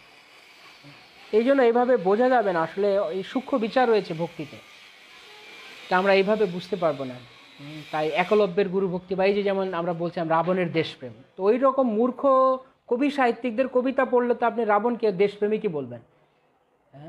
যার গোড়ায় গলদ তার কোনো কিছু করে লাভ নেই। যে এক জায়গাতে যেমন একলব্য গোড়ায় গলদ করে বসেছিল, তাই বাকি কিছু করলেও, তাই অস্ত্রবিদ্যায় বড় হলেও তার কোনো লাভ নেই। যেমন অনেকে বলে কর্ণকে মহাবীর বলে, কর্ণ কৃষ্ণকে ভিলেন বলে, কর্ণকে হিরো বলে। কৃষ্ণ কিসের ভিলেন আর কর্ণ কিসের হিরো? তাদের বিচারে কর্ণ হচ্ছে মহাবীর, কর্ণকে কৃষ্ণ ইচ্ছে করে অর্জুনের কাছে হারিয়েছেন, বিকজ অর্জুন ভক্ত, তাই অর্জুনের অধিকার রয়েছে কুরুক্ষেত্রে যুদ্ধের মহানায়ক হওয়ার। কর্ণের কোনো অধিকার নেই, কারণ কর্ণ ভগবানের ভক্ত ছিলেন না। কিন্তু জড়জগতের লোক কর্ণকে খুব দাম দেয়, আজকালকার দিনে ছেলেমেয়েদের নামও দেয় কর্ণ, কারণ করণ করণ করণ কর্ণ, কর্ণকে খুব বড় নাম দেয়। কেন কর্ণ নাম হয়? কর্ণ তো কৃষ্ণ বিদ্বেষী। কর্ণের অনেক বড় গুণ ছিল, কর্ণ মহাবীর, কর্ণ মহাদাতা ছিল, এই ছিল ওই ছিল, অনেক অস্ত্রবিদ্যা জানতো, ফাইন। কিন্তু যদি কৃষ্ণ ভক্তি না থাকে তাহলে সমস্ত গুণ তার কাছে zero, zero, checklist zero. Checklist থাকে না, টিক মার্ক জিরো, যদি কারো ভক্তি না থাকে, যদি কৃষ্ণের আনুগত্যে না আসে। তাই কর্ণ অনেক বড় গুণ থেকেও কর্ণকে কৃষ্ণ জিরো বানিয়ে দিয়েছেন, কুরুক্ষেত্রের যুদ্ধের বিলীন করে দিয়েছে। কর্ণকে পরাস্ত হতে যে অর্জুন উঠে গেছেন, কারণ অর্জুন ভগবানের আনুগত্য স্বীকার করেছেন। কর্ণকে ভগবান বলেছিলেন তুমি আমার পক্ষে আসো, তুমি যুদ্ধ করো, তুমি পাণ্ডব পক্ষে আসো। কর্ণ বলছেন আমি যুদ্ধ করবো না, আমি দুর্যোধনের আনুগত্য থাকবো। কেন? দুর্যোধন আমাকে বিপদের সময় রক্ষা করে। সে তথাকথিত বন্ধুত্বের প্রতিদান দিতে গেছে। বন্ধুত্ব এসব জড়জাগতিক, কিন্তু কৃষ্ণের নির্দেশ সবার উপরে, ভগবানের আজ্ঞা সবচেয়ে বড় বলবান। তো ভগবান হচ্ছে তুমি পাণ্ডব পক্ষে আসো না, দুর্যোধন আমাকে সাহায্য করছে, আমি দুর্যোধনের পক্ষে যাব। কিন্তু যেহেতু কর্ণের জড়জাগতিক বিচার বুদ্ধি ছিল, ভক্তি বিচার ছিল না, তাই কৃষ্ণ তাকে পরাস্ত করিয়ে দেখিয়ে দিলেন যে প্রকৃতপক্ষে কৃষ্ণ ভক্তরাই জয় লাভ করবে, তুমি জয় লাভ করবে না কর্ণ। কর্ণ যদি পাণ্ডব পক্ষে চলে আসতেন তাহলে কর্ণ কোনোদিনও তার এই পরিণতি হতো না। কৃষ্ণ কর্ণকেও রক্ষা করতেন। কেন? নমে ভক্তা প্রণশ্যতি, আমি প্রতিজ্ঞা করেছি আমার ভক্তের বিনাশে, কিন্তু কর্ণ তো আমার ভক্ত হতে আসলো না। আমি তোকে অপশান দিয়েছিলাম, আমি ওকে সাজেস্ট করেছিলাম তুমি আমার দলে চলে আসো, কিন্তু কর্ণ তা মানে নেই। তাই কর্ণকে ভগবান পরাস্ত করলেন। আর লোকেরা যারা বলে, দেখুন লোকেরা যারা বলে কর্ণ মহাবীর, কর্ণকে এভাবে কৃষ্ণ অন্যায়ভাবে মারল। ওই দিন একজন লোক এসে কলকাতা থেকে একজন এসে আমার সাথে বলছে আমি ভগবদ্গীতা কেন পড়ি না জানেন তো, কৃষ্ণ অনেক এই সে উল্টো পাল্টা কাজ করছে, কর্ণ কাজ। আমি বললাম আপনি কর্ণকে কি জানেন? আপনি কর্ণকে শুধু জানেন ও বড় মহাবীর ছিল, কিন্তু কর্ণ যে একটা অনেক বড় দুষ্ট ছিল সেই দুষ্টুমি আপনি জানেন? হ্যাঁ, সে তো আপনি জানেন না।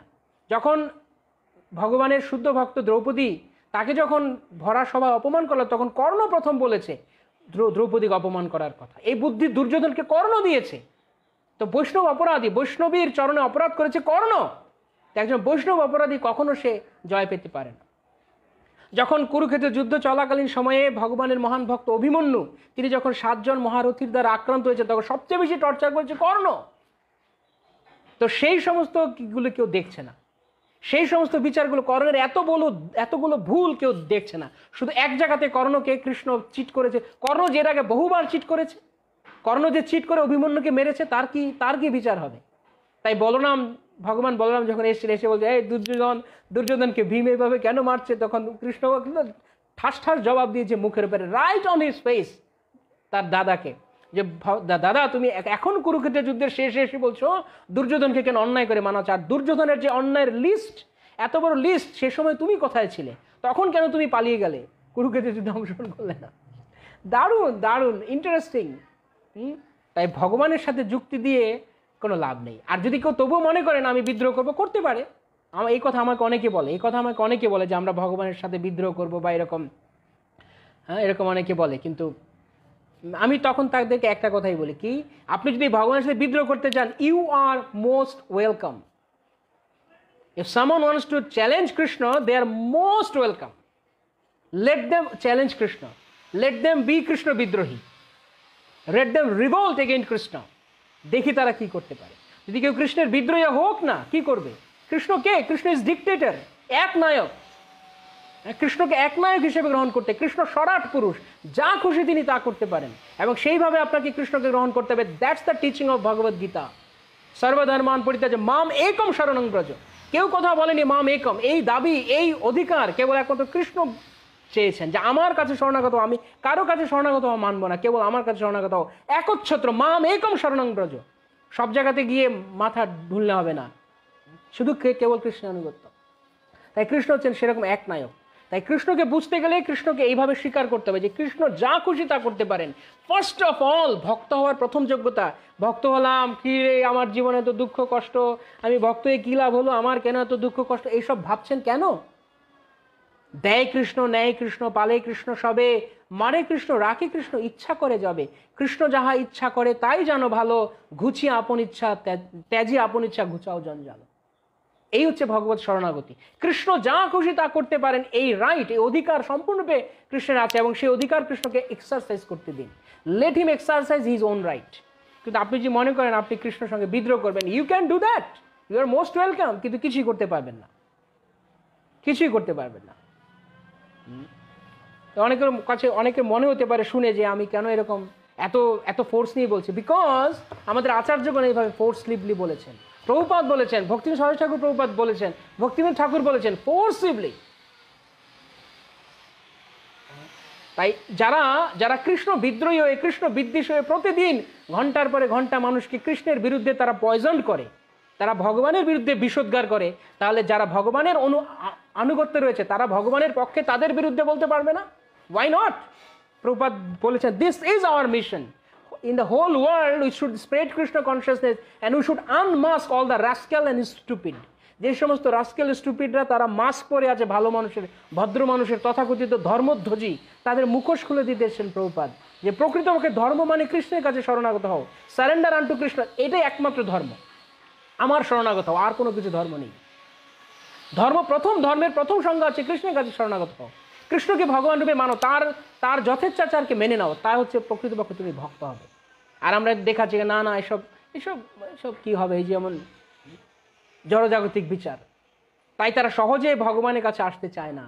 অনেক সুকৃতিবান না হলে ভগবানের কাছে কেউ আসতে পারে না। বহুনাম জন্ম নামন্তে জ্ঞানবান মাম প্রপদ্যতে, বহু জন্মের পরে জ্ঞানী আমার কাছে শরণাগত। যে সমস্ত জ্ঞানীদেরকে আমরা এখন তালিয়া বাজাই, এরা বড় উপন্যাসিক, সাহিত্যিক, সায়েন্টিস্ট, এই সমস্ত জ্ঞানী বহু জন্ম আসার পর তারা ভগবানকে বাসুদেব সর্বমিতি সমাত্মা সুদুর্লভ, তারা ভগবানকে তখন মানবে, তখন তারা ভগবানের ভগবত্তাকে তারা স্বীকার করতে পারবে, বুঝতে পারবে, তখন গিয়ে তারা শ্রেষ্ঠ। তাই এই যে সমস্ত তথাকথিত একলব্য বা এই যে যাদের নাম বললাম আমি, যাদেরকে জড়জাগতিক বিচারে দেশপ্রেম এই সেই, লাভ নেই, গোড়ায় গলদ, বিচারে ভুল। যেমন আপনারা ভার্নিয়ার ক্যালিপার্স দেখেছেন না, যারা সায়েন্স ব্যাকগ্রাউন্ডে পড়াশোনা করেছেন, ভার্নিয়ার ক্যালিপার্স প্র্যাকটিক্যালে দেখায়, ভার্নিয়ার ক্যালিপার্স। তো ভার্নিয়ার ক্যালিপার্স বা ভার্নিয়ার স্কেল, সেখানে এরর ফার্স্টে 0 করতে হয়। যদি আপনি এরর 0 না করেন, তাহলে আপনি যত রিডিং দেন না করেন সব রং এরর। তাই কৃষ্ণকে বাদ দিয়ে যত সমস্ত তথাকথিত ভালো মানুষিগিরি, তার কোনো মূল্য নেই। যে ভগবান চরণে শরণাগত নয়, তার কোনো ভালো মানুষই কোনো মানে নেই। সে সবার কাছে ভালো, সে বড় বিদ্বান, সে বড়, কোনো লাভ নেই। জড়জাগতিক বিদ্যা দ্বারা কৃষ্ণকে বোঝা যাবে না। আমি ভালো লজিক বুঝি, লজিক তো অনেকেই বোঝে, লজিক বুঝলে যে ভালো লজিক বোঝে, অনেকে বলে আপনার কথাগুলো ইললজিক, এগুলো কী বলছেন, যুক্তিতে পারে না। আপনি কি লজিক দিয়ে কৃষ্ণ বুঝবেন? লজিক কাকে বলে? এই জড়জগতের বিদ্যা যে যুক্তিবিদ্যা রয়েছে, লজিক ন্যায় বা যুক্তিবিদ্যা মানে কি? এই যুক্তিবিদ্যা বলে রবীন্দ্রনাথের দাড়ি রয়েছে, ছাগলের দাড়ি রয়েছে, সো রবীন্দ্রনাথ এই যে ছাগল, এটা যুক্তি হলো? ছাগলের দাড়ি রয়েছে, রবীন্দ্রনাথেরও দাড়ি ছিল, সুতরাং রবীন্দ্রনাথ ছাগল, এটা হলো যুক্তি। যুক্তিতেই দাঁড়ায়, কিন্তু এটা কি কথা হলো রবীন্দ্রনাথ ছাগল? তো ঠিক তদ্রূপ যুক্তির দ্বারা যদি আপনি বুঝতে চান হবে না, তর্কের দ্বারা ভগবানকে বোঝা যাবে না। কর্ণ বড়, ভীষ্ম বড়, কর্ণ বড়, ভীষ্ম বড়, আপনি কিসের দ্বারা বুঝবেন? রাবণ বড়, রাবণ দেশপ্রেমিক ছিল, কিসের দ্বারা? কোন বিচারের দ্বারা? কি মানদণ্ডের দ্বারা? সব কিছুর একটা মানদণ্ড রয়েছে, সব কিছু বেচার একটা মিটার রয়েছে। যেমন জ্বর মাপতে গেলে থার্মোমিটার, হ্যাঁ, এর সব কিছু একটা মিটার রয়েছে। তো কিসের দ্বারা আপনি ভক্তিকে মাপবেন? শাস্ত্র চক্ষুর দ্বারা। তাই বলা যায় শাস্ত্র চক্ষু হতে হবে, আচার্য চক্ষু হতে হবে। আচার্যগণ যা বলছেন, শাস্ত্রগণ যা বলছেন, আমার জড়বিদ্যা বুদ্ধির দ্বারা নয়।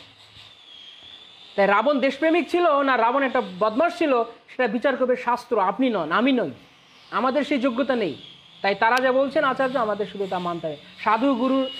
সাধু শাস্ত্র গুরু বাক্য চিত্তেতে করিয়া ঐক্য, এই তো ভক্তি পরম কারণ। ভক্তি লাভের পরম কারণ হচ্ছে সাধু গুরু শাস্ত্রের কথা শোনা, নিজের মাতব্বরি নয়। তো এইভাবে প্রথম রিডিংয়ে ভুল হয়ে যাবে। যদি আমরা কৃষ্ণকে জানতে না পারি, যদি আমরা কৃষ্ণকে স্বীকার না করি, কৃষ্ণের কাছে শরণাগত না হই, তাহলে প্রথমেই আমাদের সেই ভার্নিয়ার স্কেলের রিডিং নেওয়া ভুল হয়ে গেল। এরর জিরো করলেন না, এরপরে যে আপনি যাই বিচার করুন না কেন তার সব কিছু জিরো, তার সব কিছু রং আসবে, রিডিং এরর রিডিং আসবে, কারণ প্রথমেই জিরো করে নেওয়া হয়। ঠিক আছে, এভাবেই আমাদেরকে বুঝতে হবে। তো এই জড় বিচার বুদ্ধিতে বোঝা আসছে, যেই কথা আমরা বলছিলাম সমুদ্রের সেন রাজার কথা, সেখান থেকে এত কিছু হয়ে গেল। আজকে আমরা পরিক্রমা এখানেই থেমে গেল, আজকে আর আমরা এগোতে পারলাম না। সমুদ্র সেন রাজা জড় বিচার বুদ্ধিতে আজকে অন্তত একটা জিনিস আমরা ক্লিয়ার করার চেষ্টা করলাম, যে জড় বিচার বুদ্ধির দ্বারা ভগবানকে বোঝা যাবে না, শুদ্ধ ভক্তের আনুগত্যে, শাস্ত্রের আনুগত্যে বুঝতে হবে আমাদের। তাই শাস্ত্র পড়ুন, গ্রন্থ পড়ুন, প্রভুপাদের গ্রন্থ পড়ুন, প্রভুপাদের কথা শুনুন, প্রভুপাদ কি বলেছেন, অন্য কিছু নয়। তা যদি আমরা না শুনি তাহলে কী হবে? আমরা আচার্য থেকে দূরে সরে যেতে থাকবো। একসময় এই সংস্থার মধ্যে আমরা অনেক বোগাস জিনিসকে আমরা অ্যাকসেপ্ট করে নেব, কেননা আমরা আচার্যগণের ধারায় চলছি না, নিজের মন মতো আমরা চলার চেষ্টা করছি। তাই এঁচড়ে পাকা না হয়ে, এঁচড়ে পাকা বৈরাগী না হয়ে হরিভক্তি অনুসরণ করতে হবে ভালো করে, আচার্যগণের আনুগত্য থেকে। যাই হোক,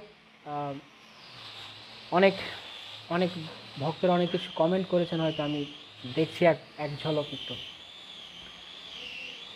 আজকে আর আমাকে উঠতে হবে এখন, যেহেতু আমার সেবা রয়েছে। আজকে আমরা এখানে শেষ করতে হবে, খুব একটা আলোচনা করতে পারলাম না আজকে পরিক্রমায়। অসুবিধা নেই, আমরা কন্টিনিউ করব। সব তার কাটা লোকের কিছু কথা শুনে আমরা কত ভুল করি। হ্যাঁ, অবশ্যই ধর্ম কখনো আপনি বাজারের ক্যানভাসার থেকে শুনতে যাবেন না। ক্যানভাসাররা যে ক্যানভাসিং করে সেখান থেকে ধর্ম বোঝা যাবে না। তারা হয়তো জড়িবুটি বিক্রি করতে পারে, কিন্তু ধর্ম তাদের দ্বারা হবে না। আমি দেখি মাঝে মাঝে, আপনারাও হয়তো অনেকে জানেন যারা অনলাইনে আছেন, এই সংস্থা, ওই সংস্থা, এই মঠ, ওই মিশন গীতা ব্যাখ্যা করে। যাদের গীতার গয়ের মাত্রার বিন্দু জ্ঞানটুকু নেই, যারা কৃষ্ণের কাছে শরণাগত নয়, যারা সমস্ত ননসেন্স ফিলোসফি প্রচার করে বেড়ায়, যত্র জীব তত্র শিব, এখানে ওখানে যাও, সবাইকে ভালোবাসো, সবাইকে প্রেম করো, তাহলে ঈশ্বর প্রেম হয়ে যাবে, তারা গীতা ব্যাখ্যা করে। গীতায় ভগবান বলছেন মাম একম শরণং ব্রজ, কেবল আমাকে ভালোবাসো, তাহলে তুমি আপনা আপনি সবাইকে ভালোবাসো। আর তারা বলবে কোথায় তুমি ভগবানকে, কোথায় তোমার সামনে এত ভগবানের ছড়াছড়ি, সেই ভগবানের ছড়াছড়ি রেখে তুমি কোথায় যাচ্ছ মন্দিরে ভগবান খুঁজতে? এই তো ভগবান, এই যে গরিব দুস্থ লোক, এই পাঠা নারায়ণ, দরিদ্র নারায়ণ, ছাগল নারায়ণ, এদের পূজা করো। প্রভুপাদ বলছেন হ্যাঁ, এই তো অবস্থা। ওরা নারায়ণকেও আজকাল দিনে দরিদ্র বানিয়ে দিয়েছে। যে লক্ষ্মীপতি নারায়ণ, তাকে দরিদ্র নারায়ণ বানিয়ে পূজা করছে। আর সেই দরিদ্র নারায়ণের পূজা করছে কি দিয়ে? পাঠা নারায়ণ আর মুরগি নারায়ণ দিয়ে। যদি তাই হয়, প্রতিটি জীবের হৃদয়ে নারায়ণ রয়েছেন বলেই জীব নারায়ণ, তাহলে পাঠাও তো নারায়ণ, মুরগিও তো নারায়ণ। তাহলে মুরগি পাঠা কাটছো কেন? মুরগি পাঠা কেটে তুমি আরেক নারায়ণের সেবা করছো। যুক্তিতে আসে না এই কথাগুলো মানুষের? কিছু কিছু কিছু কিছু বড় বড় ডিগ্রিধারী ব্যক্তি যারা বড় বড় ডিগ্রি নিয়েছে তারা এই সমস্ত লোকের পেছনে ঘোরে। তারা বলে, ও মহারাজ আপনি যা ব্যাখ্যা দিলেন, আহা হৃদয় জুড়িয়ে গেল।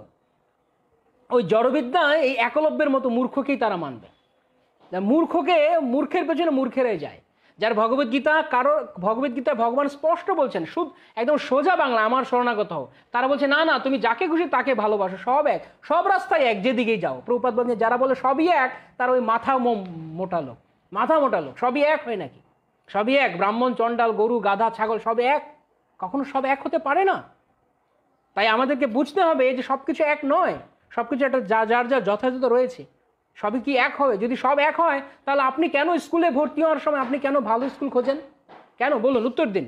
সেই সমস্ত ব্যক্তিদের কাছে আমার প্রশ্ন যে সবই যদি এক হয়, সবাইকেই ভালোবাসো, তাহলেই হয়ে যাবে একই, যেদিকেই যাও, যে রাস্তাতেই হাঁটো সবই এক। তাহলে আপনি স্কুল কলেজ খোঁজার সময়, অ্যাডমিশনের সময় আপনি ভালো কলেজ স্কুল খোঁজেন কেন? তখন আপনি সব এক, তাহলে গ্রামের একটা ভাঙাচোরা স্কুলে ভর্তি হন না কেন? তো সবই যদি এক হয় তাহলে আরেকটা প্রশ্ন, তাহলে আপনাদের দিকে আপনারা মঠ মিশনে টানেন কেন? কেন যারা ভগবানের কৃষ্ণ ভক্তি করতে চায় তাদেরকে কেন আপনি যে বলেন না না তোমরা দরিদ্র নারায়ণের সেবা করো, আর দরিদ্র নারায়ণের সেবা করতে গিয়ে যত পাঠানারায়ণকে কাটো নাকি?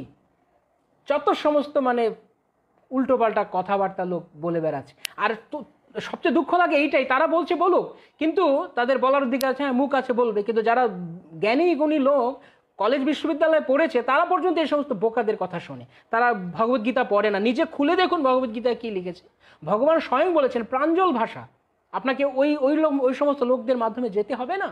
তাই surrender unto Krishna, Krishna is demanded that, কৃষ্ণর দাবি আমার কাছে শরণাগত হও। আর আমরা এখানে এসছি থেকে আমরা না না না কৃষ্ণের কাছে নয়, কৃষ্ণের যেমন প্রভুপাদ বলতেন, কোন এক ভারতবর্ষের এক উপরাষ্ট্রপতি, তিনি এক গীতার ব্যাখ্যা করেছেন, ডক্টর এস রাধাকৃষ্ণন প্রভুপাদ বলতেন যে সে লিখেছে যে কৃষ্ণ নয়, কৃষ্ণের অন্তরে স্থিত যে পরমাত্মা তার কাছে শরণাগত করতে বলা আছে। প্রভুপাদ বলছেন ননসেন্স, কৃষ্ণের আবার পরমাত্মা হয় নাকি? কৃষ্ণ তো স্বয়ং ভগবান, তার দেহ আর আত্মার পার্থক্য কি? কিন্তু যারা মায়াবাদী তারা এইভাবেই বোঝায় যে সবই এক, হ্যাঁ, যে অযথা ব্যাখ্যা করে, তারা গীতা ব্যাখ্যা করে। আর এই সমস্ত জ্ঞানী গুণী বিভিন্ন কলেজ ইউনিভার্সিটি পাশ করা অধ্যাপক, বড় বড় ডাক্তার ইঞ্জিনিয়ার, তারা বলছে মহারাজ জি দারুণ পাঠ হলো, হৃদয় জুড়িয়ে গেলো। কেন হবেই তো, কেন বলুন তো? কারণ কলিযুগে সব পৃথিবীতে যা কিছু ধর্ম নামে চলে, ভাগবত কহে তাহা পরিপূর্ণ চলে, ভক্তিবিনোদ ঠাকুর বলেছেন। এই কলিযুগে ধর্মের নামে যা চলছে সব অধর্ম। ধর্ম কেবল একটাই সংজ্ঞা, ধর্ম তো সাক্ষাৎ ভগবত প্রণীতম, কেবল ভগবানের সেবা করো, কেবল কৃষ্ণের চরণে শরণাগত, তার মানে হচ্ছে ধর্ম।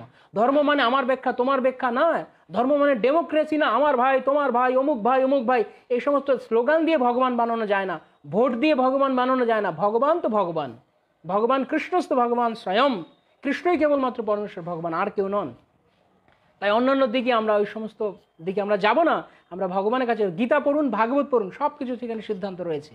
আর ভক্তদের অধীনে যারা ভগবানকে জানে, যারা প্রেমী, ভক্তি সিদ্ধান্ত সরস্বতী ঠাকুর প্রভুপাদ এত যোগ্য হওয়া সত্ত্বেও, তিনি এত পড়াশোনা করা সত্ত্বেও তিনি কেন গৌরকিশোর দাস বাবাজি মহারাজের কাছে গেলেন? যে লোকটা সারা জীবনে কোনো পড়াশোনা করেনি, কোনো বিদ্যাবুদ্ধির জ্ঞান বকলম ছিলেন, কোনো কখ জ্ঞান তার ছিল না। এটা হচ্ছে জড় বিচারে, কিন্তু পারমার্থিক বিচারে তিনি ভগবানের মহান ভক্ত, কেননা তিনি ভগবানের পূর্ণরূপে সমর্পিত আত্মা। তাই গৌরকিশোর দাস বাবাজি মহারাজের কাছে এমন বড় বিদ্বান ব্যক্তি, তিনি এরকম জড়জাগতিক বিচার আপাত দৃষ্টিতে মূর্খ ব্যক্তির কাছেও তিনি দীক্ষা গ্রহণ করতে গেছেন, কারণ তিনি কৃষ্ণ দিতে পারেন। তাই যে কৃষ্ণ দিতে পারে ভক্ত, তিনি সর্বশ্রেষ্ঠ। জড়জাগতিক বিচারে যে বড় বড় স্কুল কলেজ ইউনিভার্সিটি পড়েছে তারা নয়, বা বড় বড় বুলিয়া উড়াতে পারে, বড় বড় এইরকম সেমিনার দিয়ে উল্টোপাল্টা মানুষকে ভিন্ন দিকে ভ্রান্ত দিকে পরিচালনা, তারা নয়। তাই দেখুন, শুনুন, জানুন, বিচার করুন, তারপর গ্রহণ করুন। শুধু শুধু কারোর কথায় গিয়ে আমার কথাও গ্রহণ করতে হবে, বা ইসকনের কথাই বা শিল প্রভুপাদের কথাই কেবল গ্রহণ করতে হবে এমন নয়। আপনার বিচার আছে, আপনার বুদ্ধি আছে, you apply it, you should utilize it. চৈতন্যচন্দ্রের দয়া করো বিচার, বিচার করিলে চিত্তে পাবে চমৎকার। কখনো আমরা দাবি করি না আপনি অন্ধের মতো গ্রহণ করুন, বিচার করুন। যদি মনে হয় যুক্তিতে খাটছে তাহলে গ্রহণ করুন, আদারওয়াইজ লিভ ইট। আপনার যেখানে ভালো লাগে ওখানে যান, কিন্তু কে খাঁটি কে ভেজাল আপনাকে নির্ণয় করতে হবে। লোকের কথায় শুধু পেছন পেছন তাল দিলেই হবে না। ওকে, হরে কৃষ্ণ, সবাইকে অনেক ধন্যবাদ।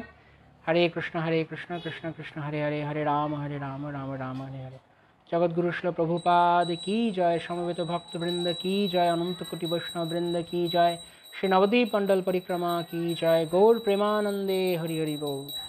বাঞ্ছা কল্পতরুভ্যশ্চ কৃপা সিন্ধুভ্যশ্চ পতিতানাং পাবনেভ্যো বৈষ্ণবেভ্যো যদি আমার কথায় যদি আমি যদি কাউকে কষ্ট দিয়ে থাকি, আমি কাউকে নির্দিষ্ট করে ইঙ্গিত করে বলিনি, কিন্তু যদি তার কারো কথায় আমি শুধু পয়েন্ট বলার চেষ্টা করি, যে তাই জন্য অনেক উদাহরণ এনেছি, কিন্তু কোনো ব্যক্তি বিশেষকে নয়, যদি তারপরে কারো আমার কথায় কষ্ট পান, তাহলে আমি আন্তরিকভাবে ক্ষমা প্রার্থী আপনাদের কাছে, যদি আমার অনাবশ্যকভাবে আমার কথায়, অনিচ্ছাকৃতভাবে আমার কথা আপনারা কষ্ট পান। আর যে কথা, শাস্ত্রের যে কথা আপনাদের জীবনে প্রয়োগ করলে আপনারা ভগবানকে ভালোবাসতে পারবেন, সে কথা আপনারা গ্রহণ করুন, আপনাদের জীবনকে ধন্য করুন। আর যা কিছু ভুলভাল হয়েছে সেগুলো আমি মূর্খ, আমি পড়াশোনা জানি না, একদম গণ্ডমূর্খ, তাই আমাকে সে মূর্খ জ্ঞানে আপনারা ক্ষমা করে দিন। আর বাকি সব কিছু আপনারা কৃষ্ণ কথাকে আপনারা গ্রহণ করুন। হরে কৃষ্ণ। সবাইকে অনেক ধন্যবাদ। শ্রীল প্রভুপাদ কি জয়, অনন্ত কোটি বৈষ্ণববৃন্দ কি জয়, ব্রহ্মমাধ গৌরীয় গুরু পরম্পরা কি জয়, গৌর প্রেমানন্দে হরি হরি বল।